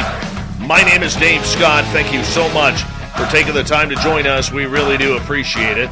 Want to remind you that if you've missed portions of this show or others, you can always go check out our free archives by going to youtube.com/Spaced Out Radio. Do me the favor, hit that subscribe button. Our website is spacedoutradio.com. We have a plethora of features for you. Rock out to Bumblefoot, read Shirky Poo's Newswire, check out our swag as well. Follow us on Twitter at Spaced Out Radio, Instagram at Spaced Out Radio Show, and now on TikTok at Spaced Out Radio. We continue on with this amazing conversation with author Reverend Michael Carter. He has a church down in North Carolina, and he doesn't mind talking a little aliens every now and again, even though he doesn't like that word. No, he is an ET contactee. And this is amazing. You can find any of his books both on Amazon.com and BarnesandNoble.com. And we continue on here with the conversation. Audience questions. This one coming from Steve here, Reverend Michael. Do you believe people can contact ET races through meditation? Yes. I know some people who have. There's a woman at my church who surprised me a couple weeks ago after the sermon in the receiving line. She said she went out with some friends, and they call them CE5 groups. Dr. Stephen Greer takes them out, but they're kind of expensive from what I understand. But yeah, because the power of the mind, what you focus on, obviously it's metaphysics, and because thoughts are things. And and it may not happen the first time, but yeah, people do that. They do contact them. You have to be careful what you ask for too, though, but you can. All right, I have a great question from Sherry here, who is asking, are any of your church services broadcast? Yeah, they are. They're not ET related. Occasionally I may throw in something, I'll throw in something about reincarnation. They keep me there. Yeah, it's if you go to, it's a long way, Unitarian Universalist Congregation of the Swanannoa Valley. That's or Unitarian Universalist Congregation, Black Mountain, North Carolina. You can see all the services. I'm usually there second, third, and fourth Sundays. I'm off the first. And when there are 5 Sundays, I'm usually off the 5th. But yeah, if you can't find it, write down this, michaeljscarter@gmail.com. Say, hey, I saw you on the show. I want to know how I can access the show, the services on Sunday. Yeah, I guess there's a show on the way.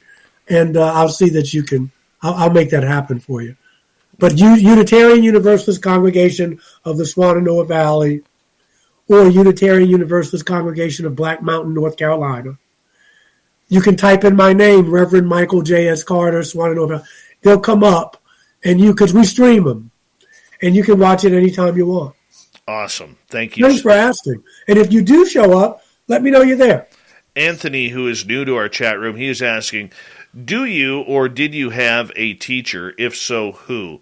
Teacher of your scholastic. So go over your education, if you don't mind. Oh, okay. Yes. I graduated from Union Theological Seminary, one of the top seminaries in the country, in New York City.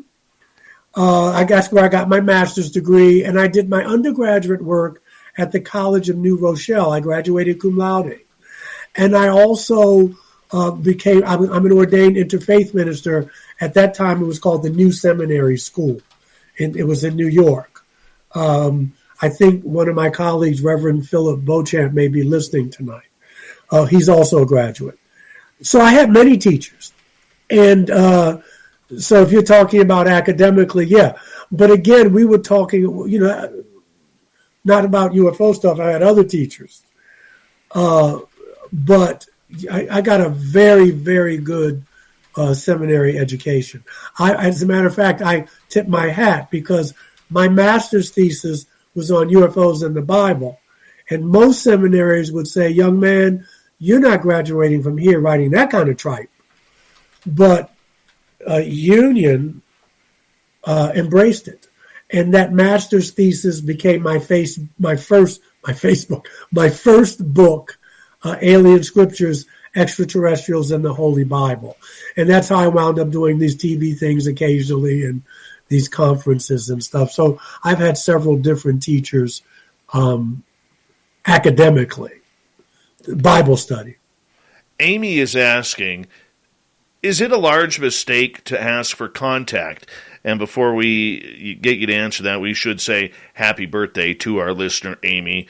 And, thank you so much. Happy birthday, Amy.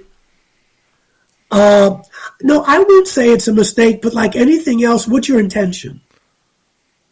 Why do you want it? I did a conference back in 2019. It was memorable for a lot of reasons, but it's the first time I'd seen a praying mantis person when I got back home. A woman was angry. I was on a panel, and she was angry that they weren't visiting her. So you got to be careful. What do you want? What's your intention? Is it to be celebrity? Is it to be sensational? Is it to be, look how spiritual I am? Because a lot of the things that I talk about, you don't have to see extraterrestrials to have the spiritual journey. It's like those are things that are tools that may happen along the way, but that's not the path. Some people may see angels. Some people may do hands-on healing, which I wound up doing. You don't want to get, because in the sensationalism, I'm an experiencer too. Nothing wrong with that. But it's all about what's my intention. Is it to make me look like a bigger person? And you're not. I'm not implying that's what you're saying. But you want to, why do I want to make this contact? Because a lot of it is up to them. If you don't have the contact, it doesn't make you a lesser spiritual person. I know people who have never had the contact, deeply spiritual people, knowledgeable, more insight, way more. And they've never had this kind of contact. So it's all about your intention, and don't let it. A friend of mine, a good psychic, many years ago, he said something, and he's gone now. He transitioned, but he said something to me. He was a very, very gifted psychic. I mean, he could have worked for the government. He was that brilliant. And he didn't know he had it. He took a silver mind control course, and it just unlocked all this stuff. And he would do readings for me. And he said to me, and I was, because it was the only thing that was going on in my life, and tell me what the extraterrestrials are saying. Tell me. He said, first of all, sit down. Second of all, I can only tell you what comes to me. I can't conjure up stuff. And the third thing he said was, Michael, there's more to you in your life than seeing extraterrestrials. So he didn't say that's not important, but there's more to you. Because I was putting myself in a box. So it's not a mistake but you want to, part of growing spiritually is asking, why do I do what I do? Why do I want to do what I do? What's my motive? And that will give you some clarity. All right. Kind of a little bit of a controversial question here from U.S. Army Combat Medic. And I don't understand the persona of this question, but I'm going to ask you as he wrote it. Oh, I get that all the time. Okay. I get that all the time. Do you feel guilty? I get that all the time. No, I don't feel guilty. A wise rabbi once said, "By their fruits you shall know them." And I know Hamlet, the devil hath power to assume a pleasing shape, and I know scriptures that say entities can masquerade. I don't do that. I don't do guilt. And my persona is love. My child will tell you that. My friends will tell you that. So you know me by how I live. So that's all I can tell you, brother. I'm not feeling guilty. I'm not channeling any demonic entities. I'm sharing love. All right, let's get to Kira's question. What beings have you had contact with? Hi, Kira. I like that last name. I showed you. Here's my little Octurian someone made for me. Here's the person I saw back in 2019. That's a story. Here's the reptilian. Here's the gray. Well, he's kind of whitish. Like I said, I had him made into a Buddha, but this is what his head was. He had a jumpsuit on, like a flight suit, like a NASCAR suit, only it was like aluminum foil. I didn't see any insignia, like a comm badge or anything, but I could have defecated on myself. I was so scared. And this brother was the one who healed my blood clot. Only he was of this race. He was blonde, blue-eyed, real pale. He had like a page haircut. We could talk about that in the next hour. That was July 4th, 2013. I had a blood clot that was healed. So those are the beings that I've seen. All right. Beautiful people. Anthony wants to know, do you consider your contact channeling? No, I don't. No.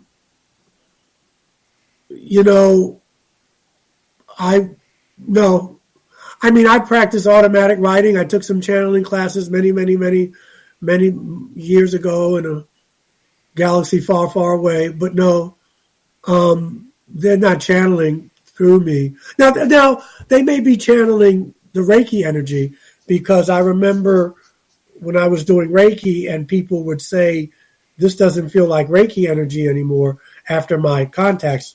It felt stronger, but I don't think so. I don't think I'm channeling. The contact is channeling. I think that's what you mean. All right, let's get to Chris's question. Rev, I'm curious about your definition of angels. Ex-messenger, envoy, those from above? Well, yeah, those examples. They're messengers. I think in Hebrew it's Malek, M-A-L-E-K. They're envoys. They're messengers.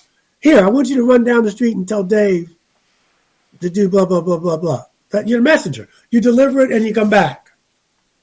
Don't stay too long. Just do it and come back. Yeah. Melech is messenger. That's why you need the Hebrew Bible, because a lot of this stuff is written in Hebrew. But that's what they are. They're messengers. We would call them envoys, envoys. Yeah. They're messengers. Let's continue on.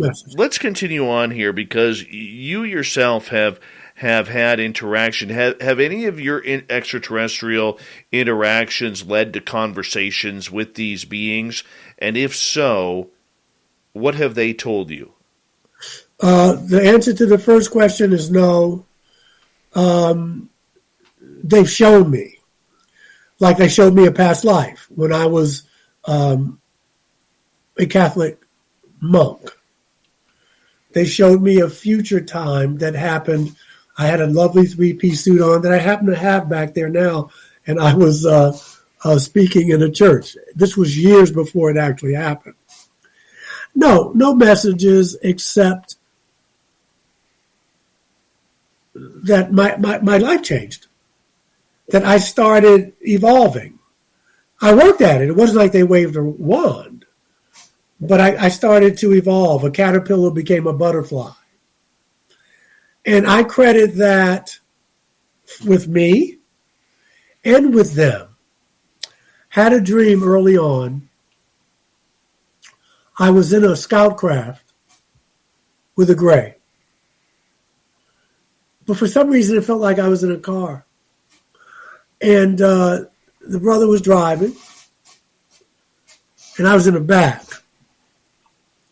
And all of a sudden, he stopped the ship, and he said, "You get up front." I said, "Nah, I don't know how to do this."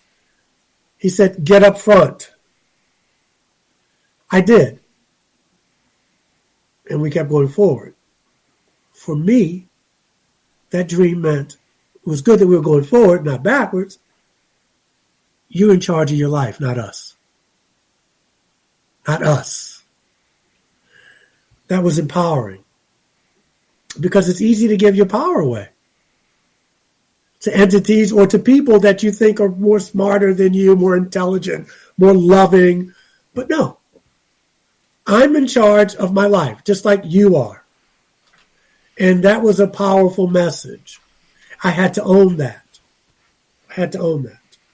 I'm in charge of my life. I leave here tomorrow. I got to go to work. I got to pay my rent. I got to deal with my ex with child support. I got my life. Life is messy. I got to do Christmas shopping. I got allergies. I'm thinking about getting married for a third time. You know what I mean? Life is messy, but it's my life, and I'm in charge of it.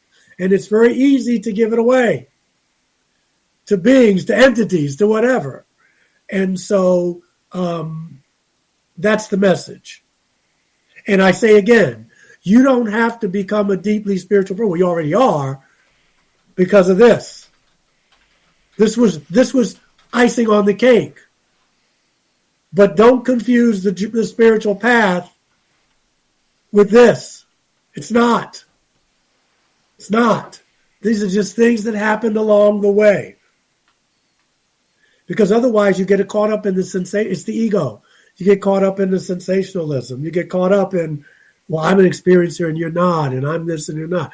That's exactly what the spiritual path doesn't want you to do. So I'll leave it at that.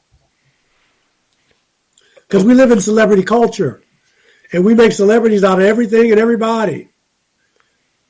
I get attention now because of my work, but I didn't seek this out. I did not seek this out. But I see the through line. I used to be an actor in New York. Okay, I had my 15 minutes of fame. I get a little pension. And then I said, I can't do this anymore. I want to serve. And now the very thing that I said I didn't want to do, I wind up talking on Ancient Aliens on TV.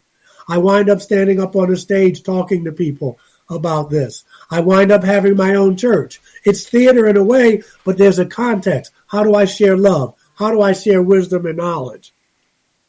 So I'm using those skills. The universe is intelligent, because if it left up to me, I probably would have done something stupid. And I'm not being self-deprecating. I'm just saying the ego is a funny thing. Okay. So with the ego being a funny thing and us looking at everything through human eyes rather than our spiritual eyes, how can we define what is right and what is wrong when it comes to ET contact and the purpose of it? There are a lot of variables. I think, again, it's how you live your life afterwards. When Jesus said, by their fruits you shall know them, that was profound wisdom. It was simple. You don't go by what I say. You go by what I do.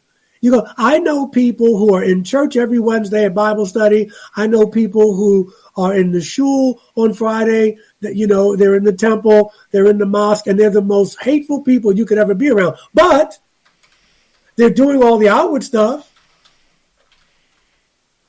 I've had people who don't believe in a God treat me better than people who say they do. But I'll know what you believe by how you treat me, how you treat other sentient beings, and how you treat the earth. It's that simple. Trust yourself to know. Because discernment is the spirit. How do you know when people? How many times have you met people? I shouldn't have got to know that person. They did this, they did that. You make mistakes. You learn. You grow. And sometimes you meet people right away. Boy, I just feel that energy from you. And some people, you shake their hands and you go, I should count my fingers when I pull it back. I mean, you know, trust yourself. Trust yourself.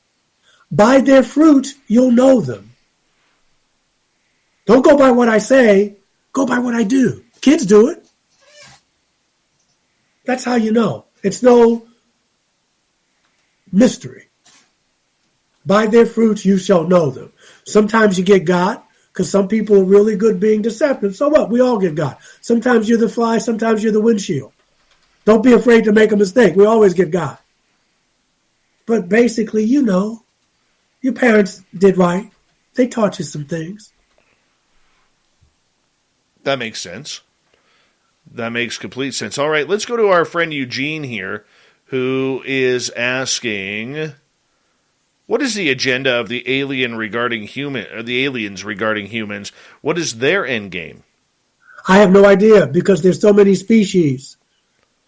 And when you say the aliens, who are you talking about? Reptilians, Arcturians, Greys, several species of them. You can't lump them all in. We do that with each other. We do that with races. It's not good to do. And other than that, I don't know. If I know that, I'd have the Nobel Prize. I split the money. I don't know. I know what my end game is to grow spiritually and love my neighbor. That's the end game. That's what I'm here to do. Hopefully that's your end game. There's some things we don't have to know. The government doesn't even know it. I mean, that's low-hanging fruit, but you get my point. So I don't know. I don't know, because there's so many races that are visiting us, so many species.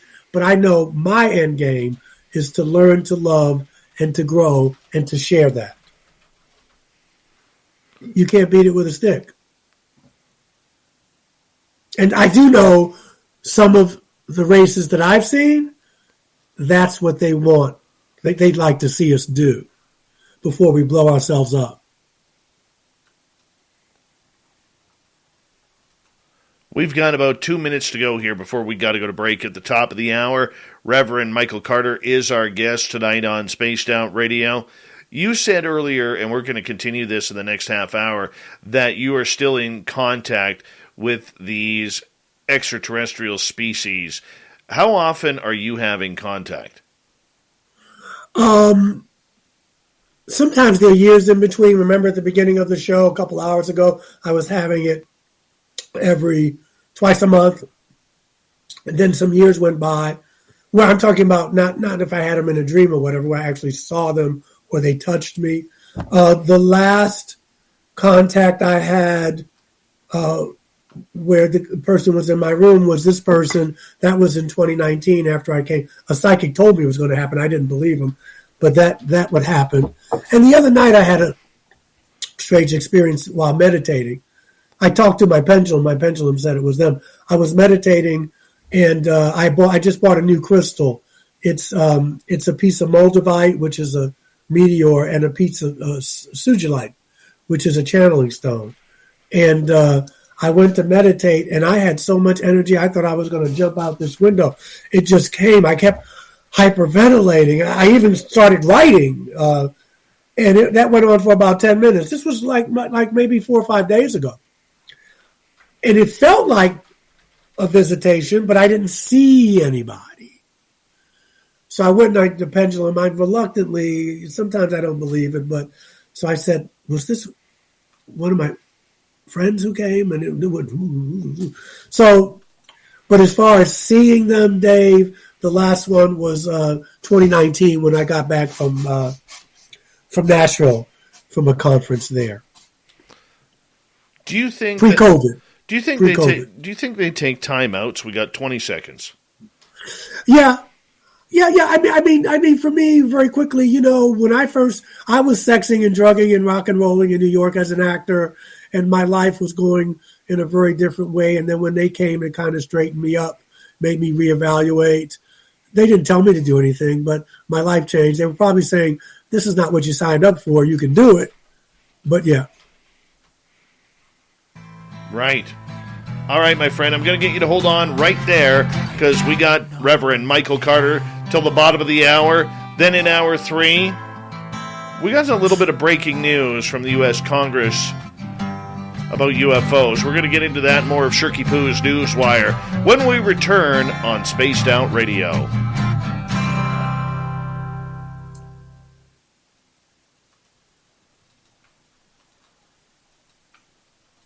Hey, space travelers. All right, this my is John friend. We are clear. I'm just going to put your mic on mute here for a minute. I'm just going to take a quick bathroom break. I'll be right back, okay? Okay, I may do the same. We got about 6 minutes. Be right back, guys.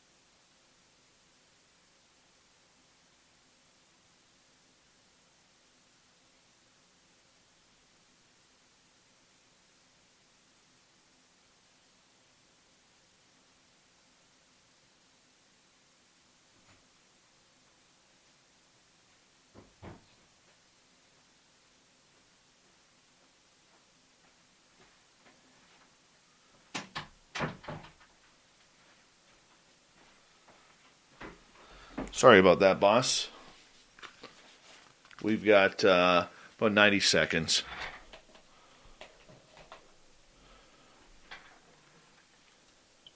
There you go.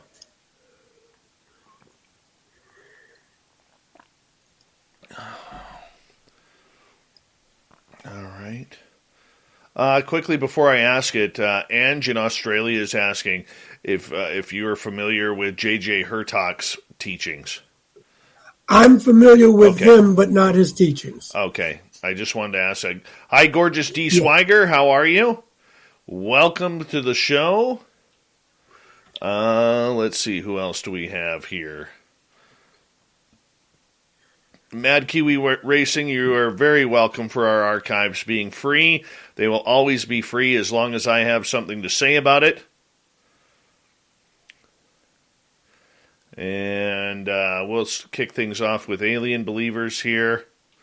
And I'm a little behind in the chat room, guys, by a few minutes, so I will catch up if I haven't got to your question yet. All right. Well, now I am caught up. That's the last question that we have. Thank you to all of our super chatters tonight. Really do appreciate it. Thank you to everybody tuning in. If you're new, don't forget to hit that subscribe button and ring that bell. We are here 7 days a week for your listening pleasure. Don't forget, Lynn Wallington this weekend starts at 6 p.m. Pacific, 9 p.m. Eastern, and then after that is the debut of SOR After Hours. Here we go, everyone. Hour 3.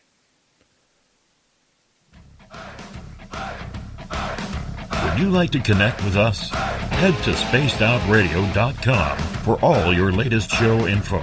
Now, back to Dave Scott and SOR. Here we go with the third and final hour of Spaced Out Radio tonight. My name is Dave Scott. Thank you so much for taking the time to join us. We really do appreciate earning your listening ears wherever you are on this beautiful planet we call Earth. Hi to everyone listening in on our terrestrial affiliates around North America and digitally on TalkStream Live, Revolution Radio, and KPNL. All of our archives are free. Just go to youtube.com/Spaced Out Radio. The only thing I ask for in return is hit that subscribe button. The Desert Clam has set the password for tonight in the SOR Space Travelers Club. And what do we got for you? We got, let's see here, Wanian. Wanian is your password. Use it wisely, space travelers, as a clam sets the password each and every night right here on Spaced Out Radio. Our website is spacedoutradio.com. We have a plethora of features for you. Rock out to Bumblefoot, read Shirky Poo's Newswire, check out our swag as well. Follow us on Twitter at Spaced Out Radio, Instagram at Spaced Out Radio Show, and now on TikTok at Spaced Out Radio. For the final time tonight, Reverend Michael Carter is with us.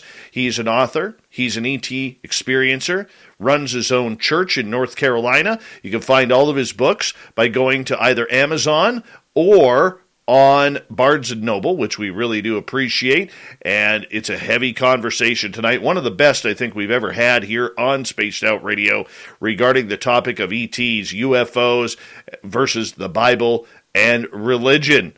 Reverend Michael, welcome back. Oh, I got a lot of energy, man. I may just stay up the rest of the night. I can go to work from here. Well, I'll go to sleep when I get to the church. All right. I feel good. This is uplifting. Well, I'm glad that you feel that way, my friend, because this has been a very powerful night of radio for us in explaining this, because there is a real sense of humanity that kind of goes along with it. This leads to Alien Believers' question. How do you find out what they are here for? Okay, talking about them. Yes. Okay, about the star folks. You know, I just read, after I had my contacts, I just read everything I could on the phenomenon. And I spent time alone because I had to translate that into what I was here for. So I recommend my books. I know it's shameless self-promotion, but you will, all of them, because I've written books that are not on extraterrestrials. I've written 3 books on that. but 2 books on spirituality, one on prayer and healing, and one is a meditation camp. I would read John Max, any of the late John Max books. I would read any of the philosopher William James, who talks about the variety of religious experience. And you can email me, and I can suggest some other books. But remember, the journey that the ones I've met, they want you to go on that journey. And the longest journey you'll ever take is from here to here. It's an inner journey. That's the longest place you'll go, from your head to your heart. This is not going to take you there. It won't. This will. You need both. I hope that helps you. Again, email me. But that's what I did. I read a lot anyway. But I read a lot of religion and philosophy. But you can read books on them, but you want to switch that to go, what am I here for? They know what they're here for. The question is, what are you here for? That is a deep, deep, profound question, my friend. How do we know, though? How do we find that answer? Is it within ourselves, or yes, because we're always looking everywhere else but inward. Yeah, and that's the problem. Religion does that. It's you see these commercials. I watch a lot of football. God forbid I go out there and play it. I did as a kid.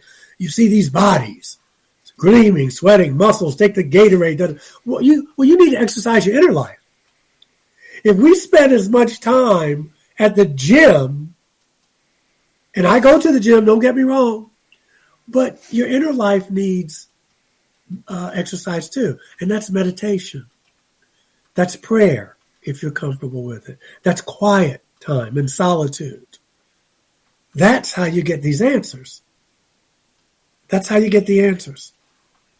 And that takes discipline and time. But aren't you worth it? You're worth it. You're worth 5-10 minutes each day in the morning and the evening to be quiet. You're worth that.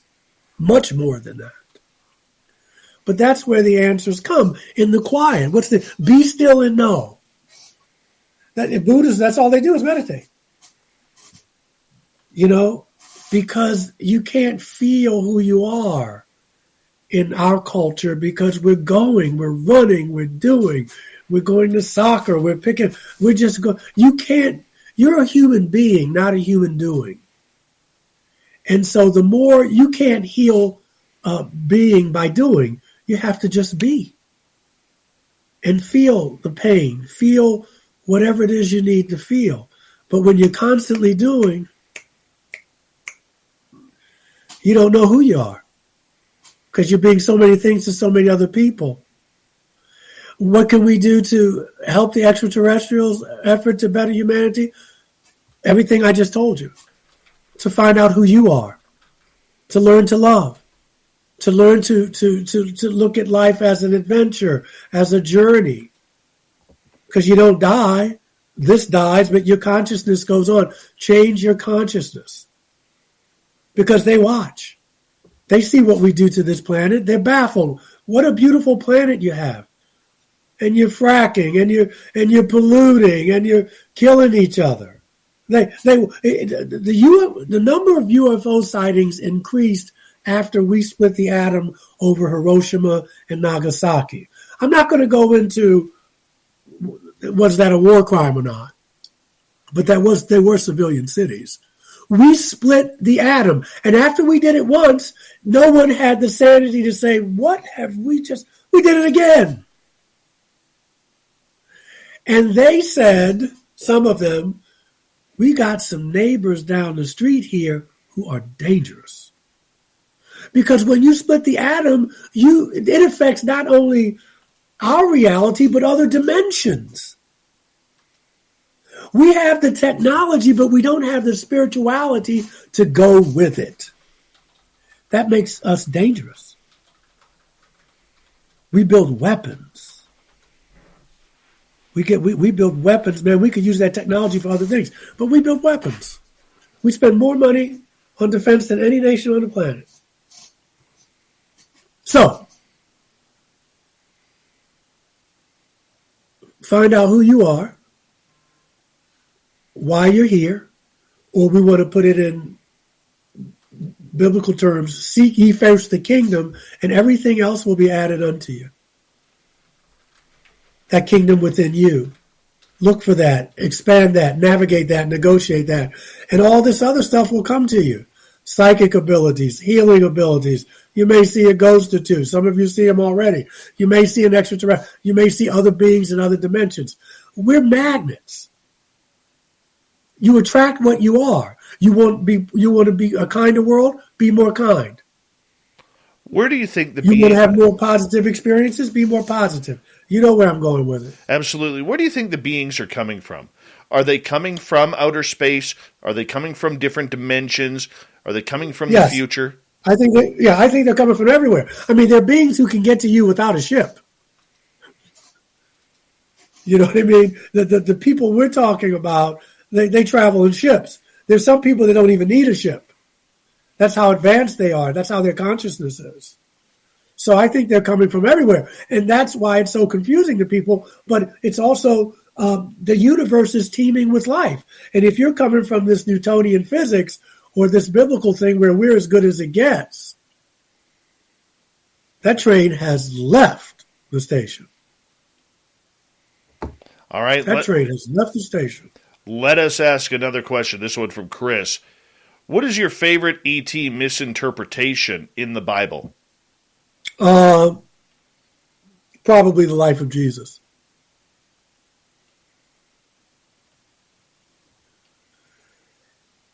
The life of Jesus. We've made Jesus a rock star because it's easier to make him a rock star than to follow his teachings. Just look at the world. Look at what passes for Christianity today. There's a reason people say, I'm not a Christian. I can't be a Christian. Some people, I used to be one of them, say, I'm not a Christian. I'm a follower of the teachings of Jesus. Very different thing. Jesus wasn't a Christian. Paul started Christianity. Jesus was a Jew. Religiously. He came down in that background. Now, yes, he was a hybrid, I think, but he followed that was the cultural context in which he was born. He would not recognize what passes for Christianity and Judaism today. Muhammad wouldn't recognize Islam. Buddha wouldn't, to some degree, would not recognize. This is maybe not what I had in mind. We think justice is revenge. We know nothing about mercy. We're still in that Old Testament eye for an eye phase. We're like teenagers collectively. But we think we're not. That makes us dangerous. We think we're not. Do you believe... We're warlike. Go ahead, please. No, we're warlike. It's a hot mess, baby. But there are people like you and David. What do you and I like to think me on my good days. Yeah. That we try to raise the vibration. We don't have to be perfect. There are people asking questions, trying to work through their fear. It's not going to be on Fox, not going to be on MSNBC, not going to be on CNN. It's bigger than that. And if you wait for them to tell you, good luck. But there are good people out here. And they are trying to do the best they can. What do you think? And that's all. What do you think about situations like we hear about terms like the Galactic Federation? Yes. I've heard of that. I think that's real. I think there is I don't have no proof, but I'm sure because, in some ways, I mean, all civilized people have that. And these people, a lot of them are very civilized civilizations. I think there is a galactic federation of planets. The United Nations was supposed to serve that here as far as Earth. And I think in some ways there's a prime directive that we don't meddle in the affairs of other nations and planets. Now, I'm sure there's exceptions to that. Rules are broken. I'm sure we've been meddled with for probably positive purposes and maybe not so positive. But, we have to clean up the mess we made. No one's going to come and save us. Now, for my devout Christian friends, maybe you think Jesus is going to do that. Okay. But for the most part, we have to clean up our own mess. When my daughter doesn't clean up her room, when she does something for me to get the lesson to her, this is the consequence of your action. If I come in and save you, you don't learn the lesson. So some things I will let you go through. That's what grown-ups do. We clean up our own mess. We don't wait for someone else to do it. Why did God let this happen? God didn't let it happen. Most of this stuff we've done. But we don't want to take responsibility. Mature people, mature souls, evolved souls take responsibility. That's the end of the story. It's a powerful story. Yeah. Joaquin is asking, if religion isn't good, why do you call yourself a reverend? It's a religious connotation. It is, brother, and I didn't say religion wasn't good. I said religion made mistakes. I said religion taught a lot of fear. That's number one. So I want to be clear. I didn't say religion isn't good. Secondly, I'm a reverend because I went through the training and that was my calling. I may not be the type of reverend for you, but I am a minister. I have degrees. I serve. I help. I heal. Now, I may not be your type of reverend, but I am. And I didn't say religion was bad. Religion has made a lot of mistakes. Religions are made by humans. I hope that cleared that up. And I think, too, that's why we see a lot of the younger generation. Like, I look at my children. My children are spread out because we're a blended family. I have a 22-year-old, I have an 18-year-old, and I have an 8-year-old. And I look at them, especially my two older daughters, and I think they have a lot of spiritual belief in them. Yet, I think we're seeing in a lot of younger generations, especially right to children who are being born this moment, that they are off to find their own spiritual path rather than to find a religious path. You know, we're seeing a lot more children who are indigos. We're seeing a lot more light beings. Mm-hmm. We're seeing a lot more spiritually advanced. We're seeing, it's not that there isn't a belief in God. It's more that they want to find themselves within that spirituality. And I really do believe deep down that that's maybe why extraterrestrials are not coming here as of yet, because they are waiting for a lot of these younger generations to mature, so that way they can be easier to process what is coming for the future of enlightenment. Is that a wrong statement, or is that something? I can't say what's right or wrong, Dave, and I'm not trying to be obtuse or trying to be cute. Only you can know that. But, I mean, what about some of these beings may have already signed contracts before they got here? I would say, and extraterrestrials are coming here. Listen, one of the things that got me, someone said, asked me about one of the extraterrestrial mistake. I said the interpretations of Jesus. Some of his teachings.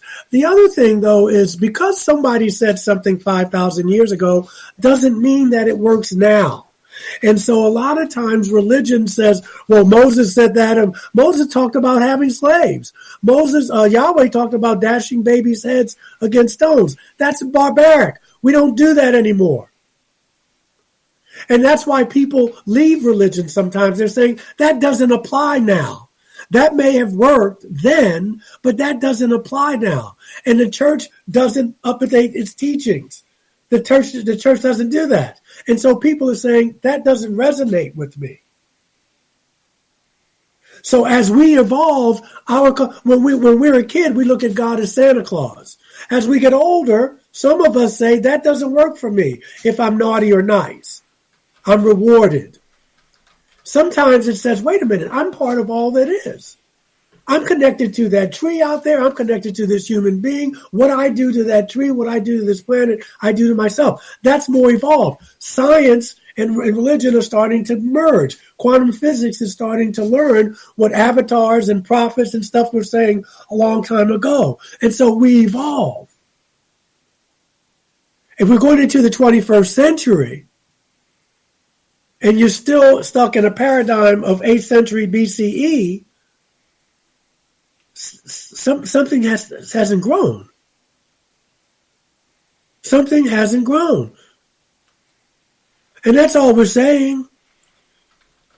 And if that doesn't work for you, that's okay. Just don't give me grief over it. Because we don't have to think alike to love alike. If I want to climb a mountain, I want to get to Canada. So I may fly, someone may walk, someone may hitchhike, someone may swim. It's okay, we're still going to Canada, we're just taking different ways.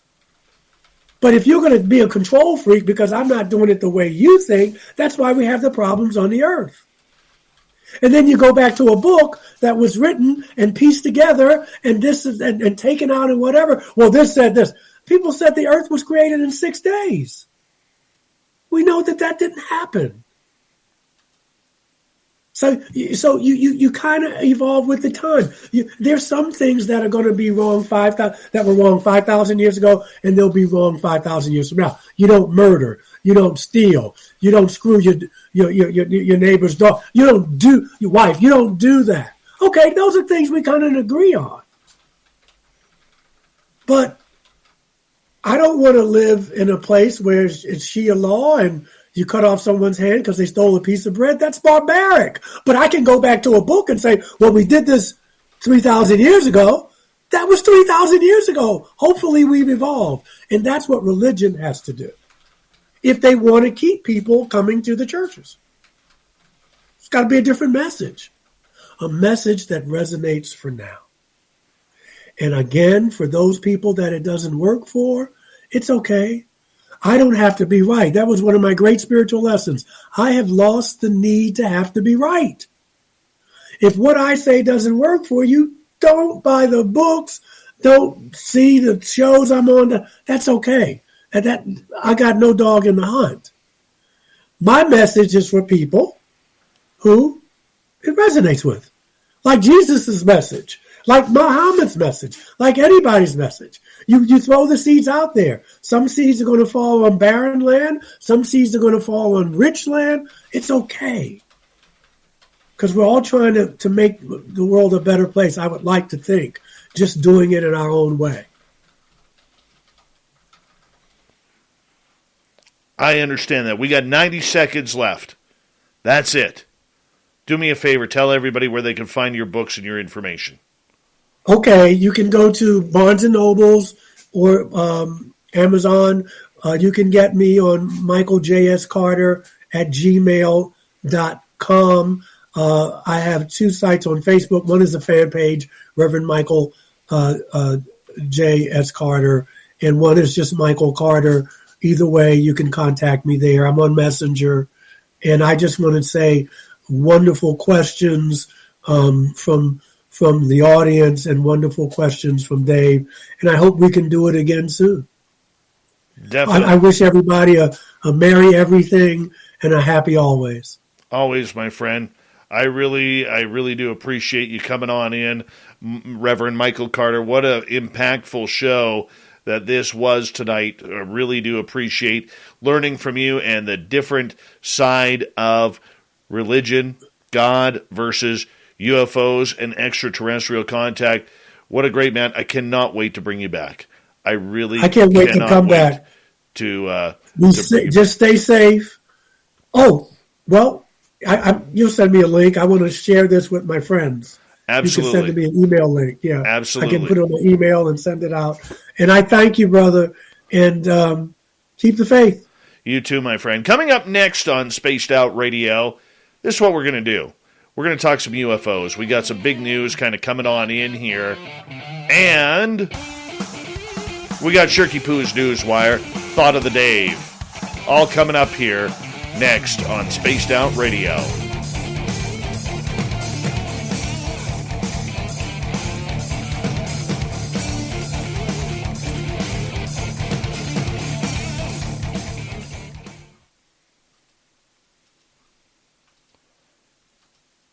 Great job tonight, Wrenches. Great job. Thomas Fessler, thank you so much for the super chat, man. Appreciate that. Really appreciate that.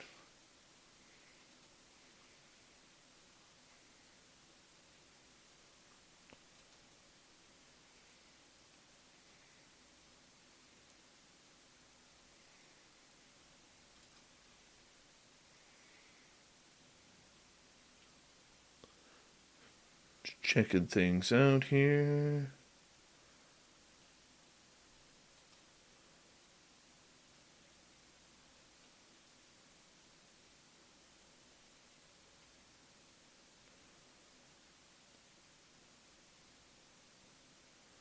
See where we are.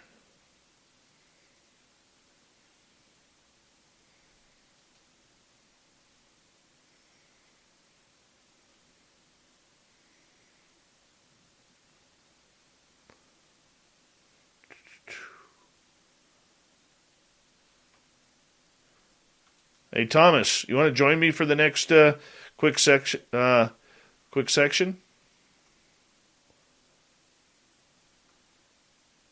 I'll send you a link here to your Facebook because I would like to actually ask you. I believe you covered this earlier. Where are you here? If you want to join me, you're more than welcome. If not, I can do it myself.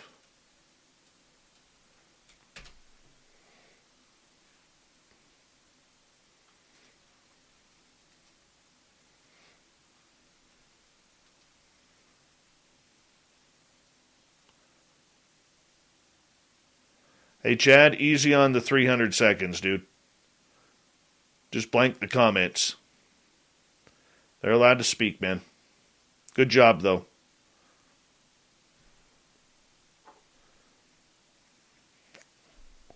The gorgeous Amber's Paraworld. How are you? Nice to see you.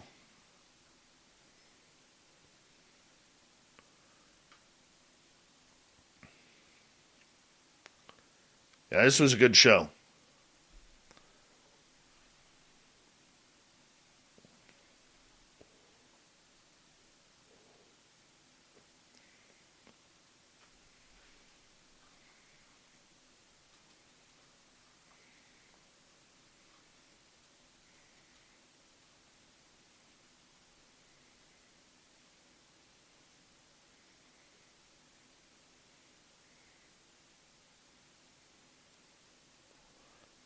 That's all good. We got a good night going. Look, this is a topic, guys. Tonight's topic was one that we knew would fire a lot of people up. And there's a lot of people who are going to disagree and get their emotions involved. We just have to make sure that everything is done with a little bit of amount of respect to the guest who gave us his time. Flash forward, how you doing? Eddie, what's happening? That's all it is. You know, people are allowed to say what they want and everything, and you know what? It's going to cause a lot of stir. Gong Show, you're going too far right now. Just telling you, you're going too far. Okay, you're at about a 9 right now, Gong Show. I need you back down at a 3 or 4. All right?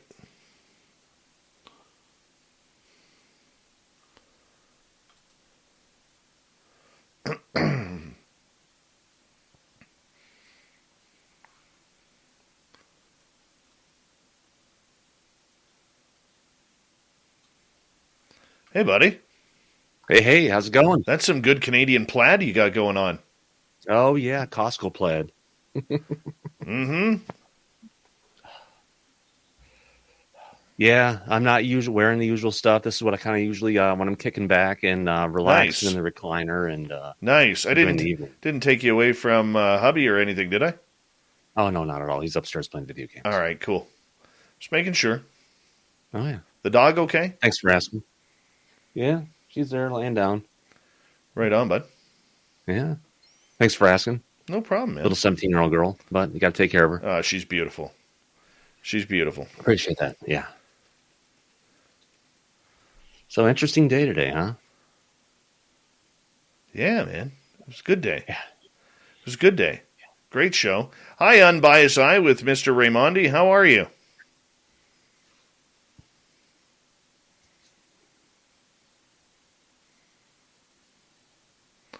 Well, that's Anthony. Hey, Anthony. Other profile. Don't forget to hit subscribe with your second profile. Here we go, everyone.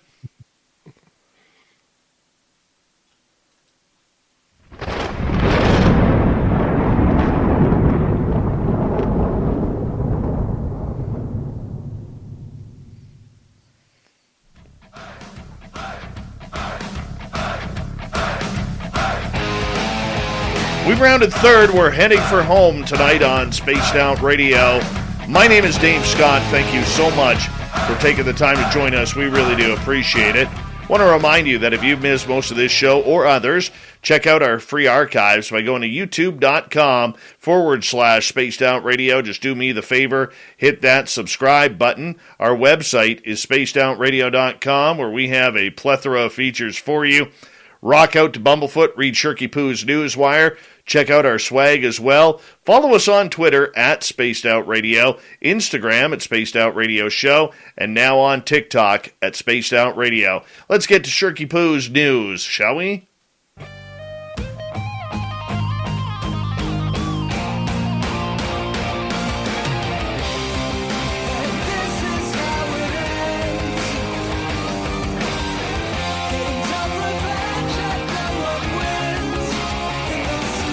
We're kicking off early tonight on Shirky Poo's Newswire, and we got our good friend Thomas Fessler here from Disclosure Tonight on his YouTube channel. You definitely want to check this out. Thomas, the reason why I bring you in here tonight is there was an incredible story regarding Douglas Johnson, who wrote this. Douglas Dean Johnson, Dean Johnson on Twitter, if you want to follow him, regarding Congress appearing poised to enact legislation that would command the military and intelligence agencies to get a grip on UAP and authorizes the resources required. Now, this broke earlier today regarding this subject after a lot of debate and stirring as to whether or not there was going to be a stall on this entire project. Now, I know you've been following this story quite a bit, my friend. What was your take on the latest news? It's nice that, as I called it for the title of my show tonight was, UAP Wars, Congress Strikes Back. I mean, we're basically looking at the House and the Senate and the United States Congress going ahead and telling the deep state, because that's exactly who it is, if you want to call it a fourth branch of the United States government, who's been running unchecked financially, doing what they want with the UAP, if you want to call it non-human intelligence situation, for over 70 years. And they've basically given them their orders, and it's no longer keeping it secret, no longer keeping Congress in the dark, no longer keeping the American people or the world in the dark, for that matter. When John Kirby had said earlier this week that we're not going to have a regular beat of information that's coming out and the Pentagon isn't going to do it, well, they don't have a choice at this point. And if they don't follow through, this is basically law. And if they don't want to follow through what Congress is giving them, they'll go to jail. This is some serious accusations and a real war of words between the military-industrial complex and elected officials. This is something that, if this was happening on any other subject other than UFOs, this would be world news. World news, Thomas.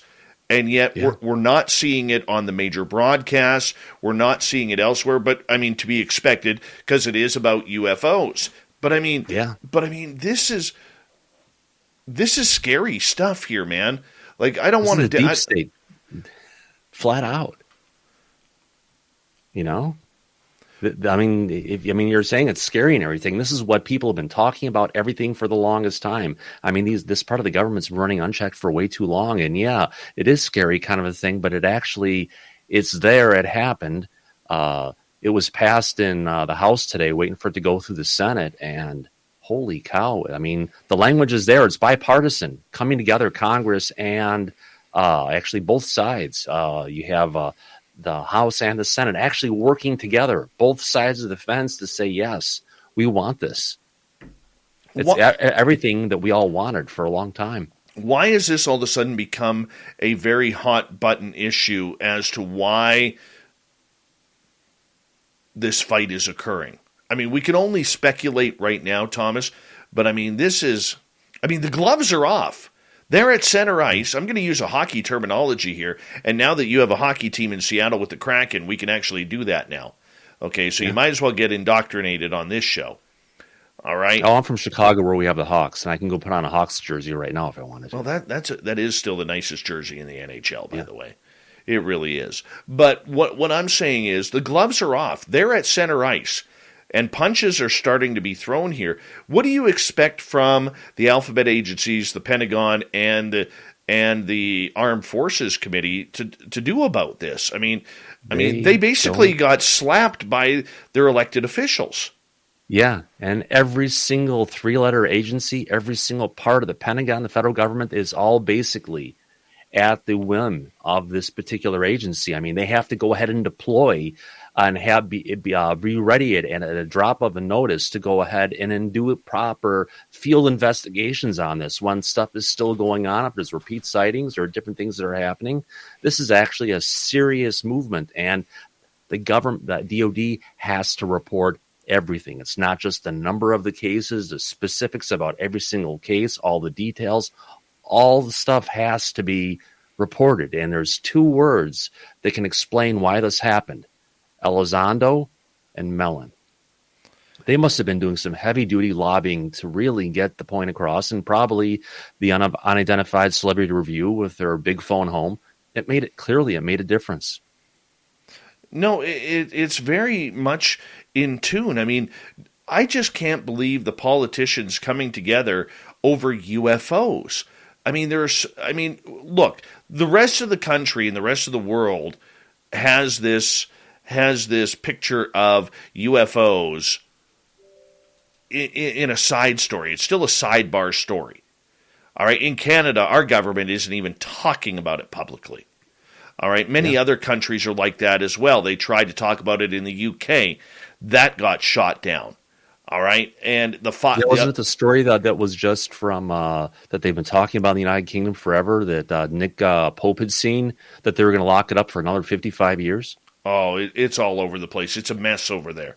The opposition went into the House of Lords a couple of months ago and said, look, this is happening to our allies. What do we know about UAP here? And the defense minister stood up and said, we're not talking about it. We're not talking. There's nothing there. We're not talking about it. It's a waste of time. We're not talking about it. I mean, that's exactly what we are getting out of the United Kingdom. And, maybe the House of Lords needs to grow a pair and take back control of the Ministry of Defense like we're doing here in the United States. No, I fully understand that. I fully understand that. So, I mean, the key to that I'm trying to figure out here is what happens next here, Thomas, because we are seeing something unprecedented here.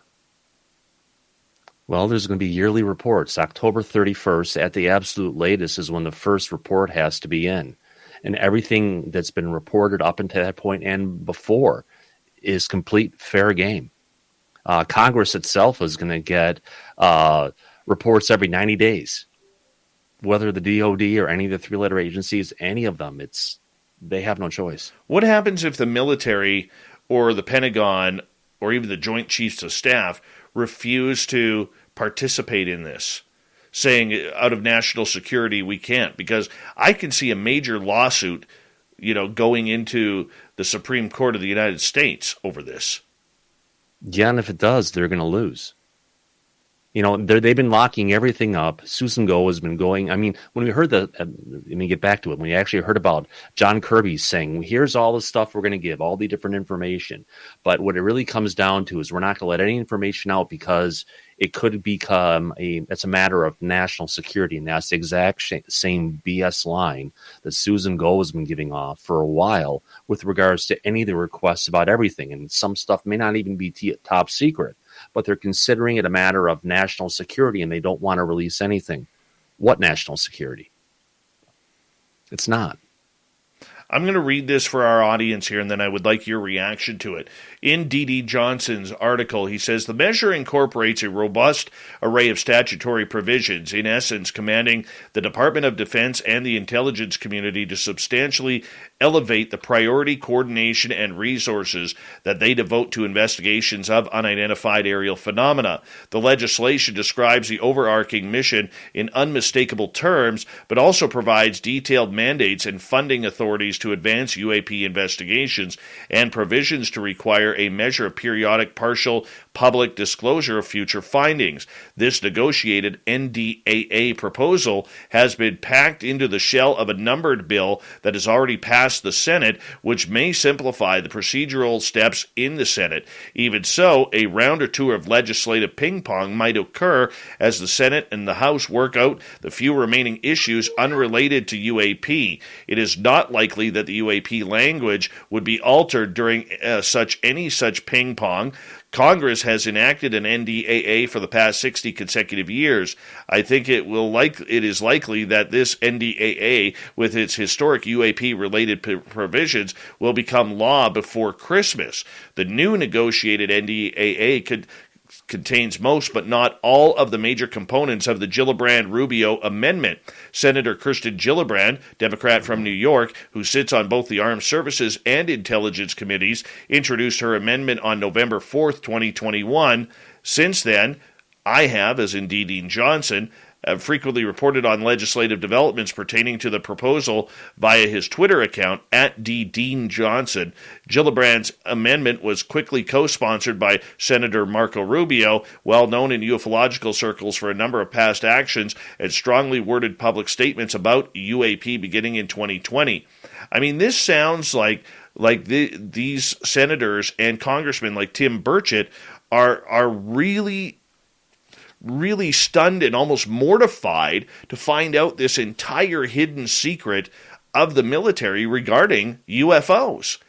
And they shouldn't be stunned, yet that's what the legislation says. Yeah, what legislation is there? It is a combination of the initial Gallego amendment that was put together by the representative from Arizona. We have the stuff that was added by Gillibrand, brought into it. Both parts of the bills were there. The only part that wasn't kept along was the actual ability to have an external oversight committee of citizens and scientists and everything. And that was, for the most part, was put aside. And although they're going to involve some people from science, they do have to maintain the proper security clearances for some of the information, of course, that they're going to have access to. So it's not like it's going to be wide open, available, that information that anybody's going to be able to go ahead and see. But it's definitely an opportunity to where a lot more than was going to be there is going to be there. I mean, the language, I think it was like 14 pages of it or so we went through tonight on the show, and the article was well written, but it was great being able to get into and actually go through every single major point of this, even actually every single line of this amendment, and it's pretty powerful legislation. Okay, one final question for you, or a couple questions for you here before we let you go. How much of the freedom is the public going to have in seeing these reports? Well, there's going to be a yearly unclassified report that will come out that they're going to have to release all their information on. That can have sightings to, if you want to call it, classified documents without some of the classified information coming out. Biggest part is Congress is going to get everything, that they're going to see what's actually going in. There's actually going to be transparency and oversight. So the biggest part is we're going to get a lot more than we got last June 26th. There's going to be a regular beat of information coming out to the public, regular updates, whether it's new information that they're coming and that has been reported, and all the old legacy information. Let's take it back to Roswell even. That even Lou Elizondo was brought up. That's going to become available. So we have a history of a bunch of stuff to go in the past, and we have the current and the present going future. It's an exciting time. It is an exciting time, but will the public continue to be screwed out of this? Because, look, we know, so you have confidence then that we're going to get the goods of what is currently happening. Because in the end, the U.S. government could still hide behind national security to keep a lot of these subjects, whether it's crash retrievals, whether it's, major sightings at airports like Chicago O'Hare or elsewhere, anything that is considered national security, they're still going to erase. Yeah, they can erase it as much as they want, but it's a start. It's a lot more information than we've been getting in the past, and it's you can always look a gift horse in the mouth, I guess is the old saying, is you can always try to look at something and you can take the negative aspect of it. I see it is this more than we got last year? Yeah. Is it more than we had 2 years ago, 5 years ago? Absolutely. So I don't think there was anything in standing out there. I mean, come on, even had John Greenwald, who was going and trying to praise the documentation of what the military had put out from the Department of Defense, and I didn't like it at all. He liked it. Personally, I think this gives us the oversight, the transparency, the involvement from the actual legislative branch over this deep state part of the government that has been running unchecked for 75 years. And they're not going to like it. Maybe we'll get some good resignations coming out of there because they know their days are going to be numbered. But there's there's a lot of policy. There's a lot of organization that they've got spelled out. There's a lot of authority and accountability that's in there that's never been there before. All right, Thomas Fessler from The Disclosure Tonight on YouTube. Just youtube.com/Thomas Fessler. Get you right to his channel. And thank you so much for joining us and filling us in on this latest news, my friend. Anytime, Dave. Thanks for having me. All right, we're going to move on here on Spaced Out Radio with the news. Here's a scary one out of the U.S. All right, let's say you go camping. This guy goes camping in Missouri and started encountering giant spiders. Giant spiders. How hideous is that? All right? Now, we're not talking a few inches inside. This fisherman's tale is believed to be like spiders the size of his head. His story is from this guy named Adam. He says, I'm from Joplin, Missouri. When I was a child, I was running around the backwoods of our 150 acres. I happened upon a tree, a large hole, and a huge single web. Not many little ones together, but one giant web connected to the tree to the ground hole. I thought maybe it's an armadillo. Well, I poked the web through the thin tree branch, and yep, the spider the size of my head came out. Says I fell on my butt trying to run the heck away. My mom didn't believe me until I showed her and my cousins. Yeah, so apparently now these giant spiders are bigger than the Texas brown tarantulas. I don't like this, all right? Obviously now I'm just going to say right now, not going to Missouri if they've got spiders the size of my head. Imagine if they were the size of Fap's head. Holy cow. Holy cow. They imported from Australia or something? I don't know. Maybe some of those camel spiders out of the Middle Eastern desert that the soldiers had to fight with in their barracks. All right. A pilot believes he has seen an entire fleet of UFOs flying overseas after he spotted a series of weird lights that seemed to have moved and rotated.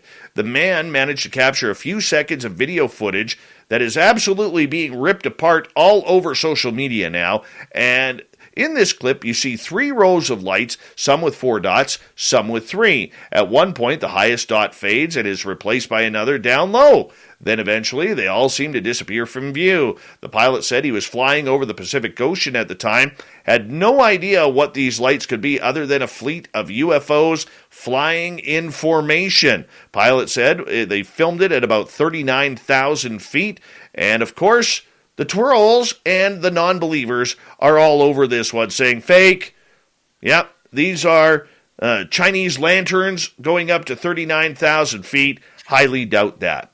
Here's a weird one. Footage appearing to show a Bigfoot in the forest in the United States has left people intrigued, and experts are admitting that this is a possibility. It could be real. A video clip showing a large ape-like creature filmed through the tree line was posted on an Instagram account of Cryptid University, a profile dedicated to telling stories about Bigfoot and other cryptids. It appears to show a large black creature as it was filmed to be in the country forest of Georgia, somewhere in the southeastern part of the state. Initially, the unidentifiable creature appears to be crouching before standing up tall and revealing its enormous height. The footage is admittedly shaky, but it hasn't stopped people from believing that this is real and admitting that they would be terrified to witness this. I say, hell no. Bring it on, Bigfoot. Let's get some of this happening in British Columbia, because old Davy needs another sighting. All right. Another weird one. All right, mystery UFO sounds recorded from under a lake in the USA have sparked a bizarre alien-based conspiracy, but science may have some more mundane explanations of this Martian noise. Recordings taken from Steamboat Springs, Colorado, were recorded by an employee of the Colorado Parks and Wildlife Service December 4th. The staff member posted them to Twitter, which has subsequently been shared to UFO Sightings Daily, where they have described it as strange Star Wars-like sounds. Analyzed the audio, truth seeker Scott C. Waring said, white sphere UFOs have been recorded and eyewitnesses by thousands of residents of the area over the last few years. The signals point to there being an alien base deep down below the lake, which amplifies the sound below due to it being frozen. It acts like an amplifier. This is 100% proof, apparently, that we have aliens now in this lake in Colorado. My goodness. We got aliens everywhere. Absolutely everywhere. I want to say thank you to Thomas Fessler for coming on in from Disclosure Tonight. Thomas Fessler on YouTube. Check him on out and hit that subscribe button while you are there for breaking down the latest UFO news that happened. And, of course, we say thank you to Reverend Michael Carter for coming on in, being an amazing guest tonight, breaking down UFOs, extraterrestrials, ET contact versus the Bible and religion. We really appreciated that very heartfelt and amazing discussion tonight. Wow. What an evening. Got the fluids going. I'm still awake. Maybe I'll have to listen to some Swamp Dweller later on tonight. We got Mr. Ron Bumblefoot Thal rocking in the background with Little Brother is Watching. Bumblefoot is the official music of Spaced Out Radio, rocking us in and out of every single show. Get your horns up for the guitar god himself. Special thanks to everybody listening in at home, at work, in your cars, wherever you may be. Thank you to everyone in our chat rooms tonight. YouTube, Twitch, LGAB, Revolution Radio, Spreaker, the Space Travelers Club, and on Twitter at hashtag Spaced Out Radio.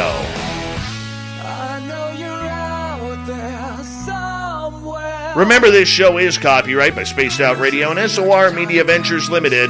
Thank you so much for choosing to share your evening with us, because together, my friends, we're watching. We own the night. Mr. Bumblefoot, we need a favor. We need you to take us home.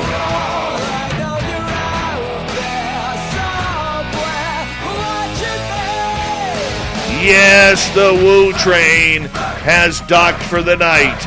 But soon, my friends, we shall ride again. Your seats are always available.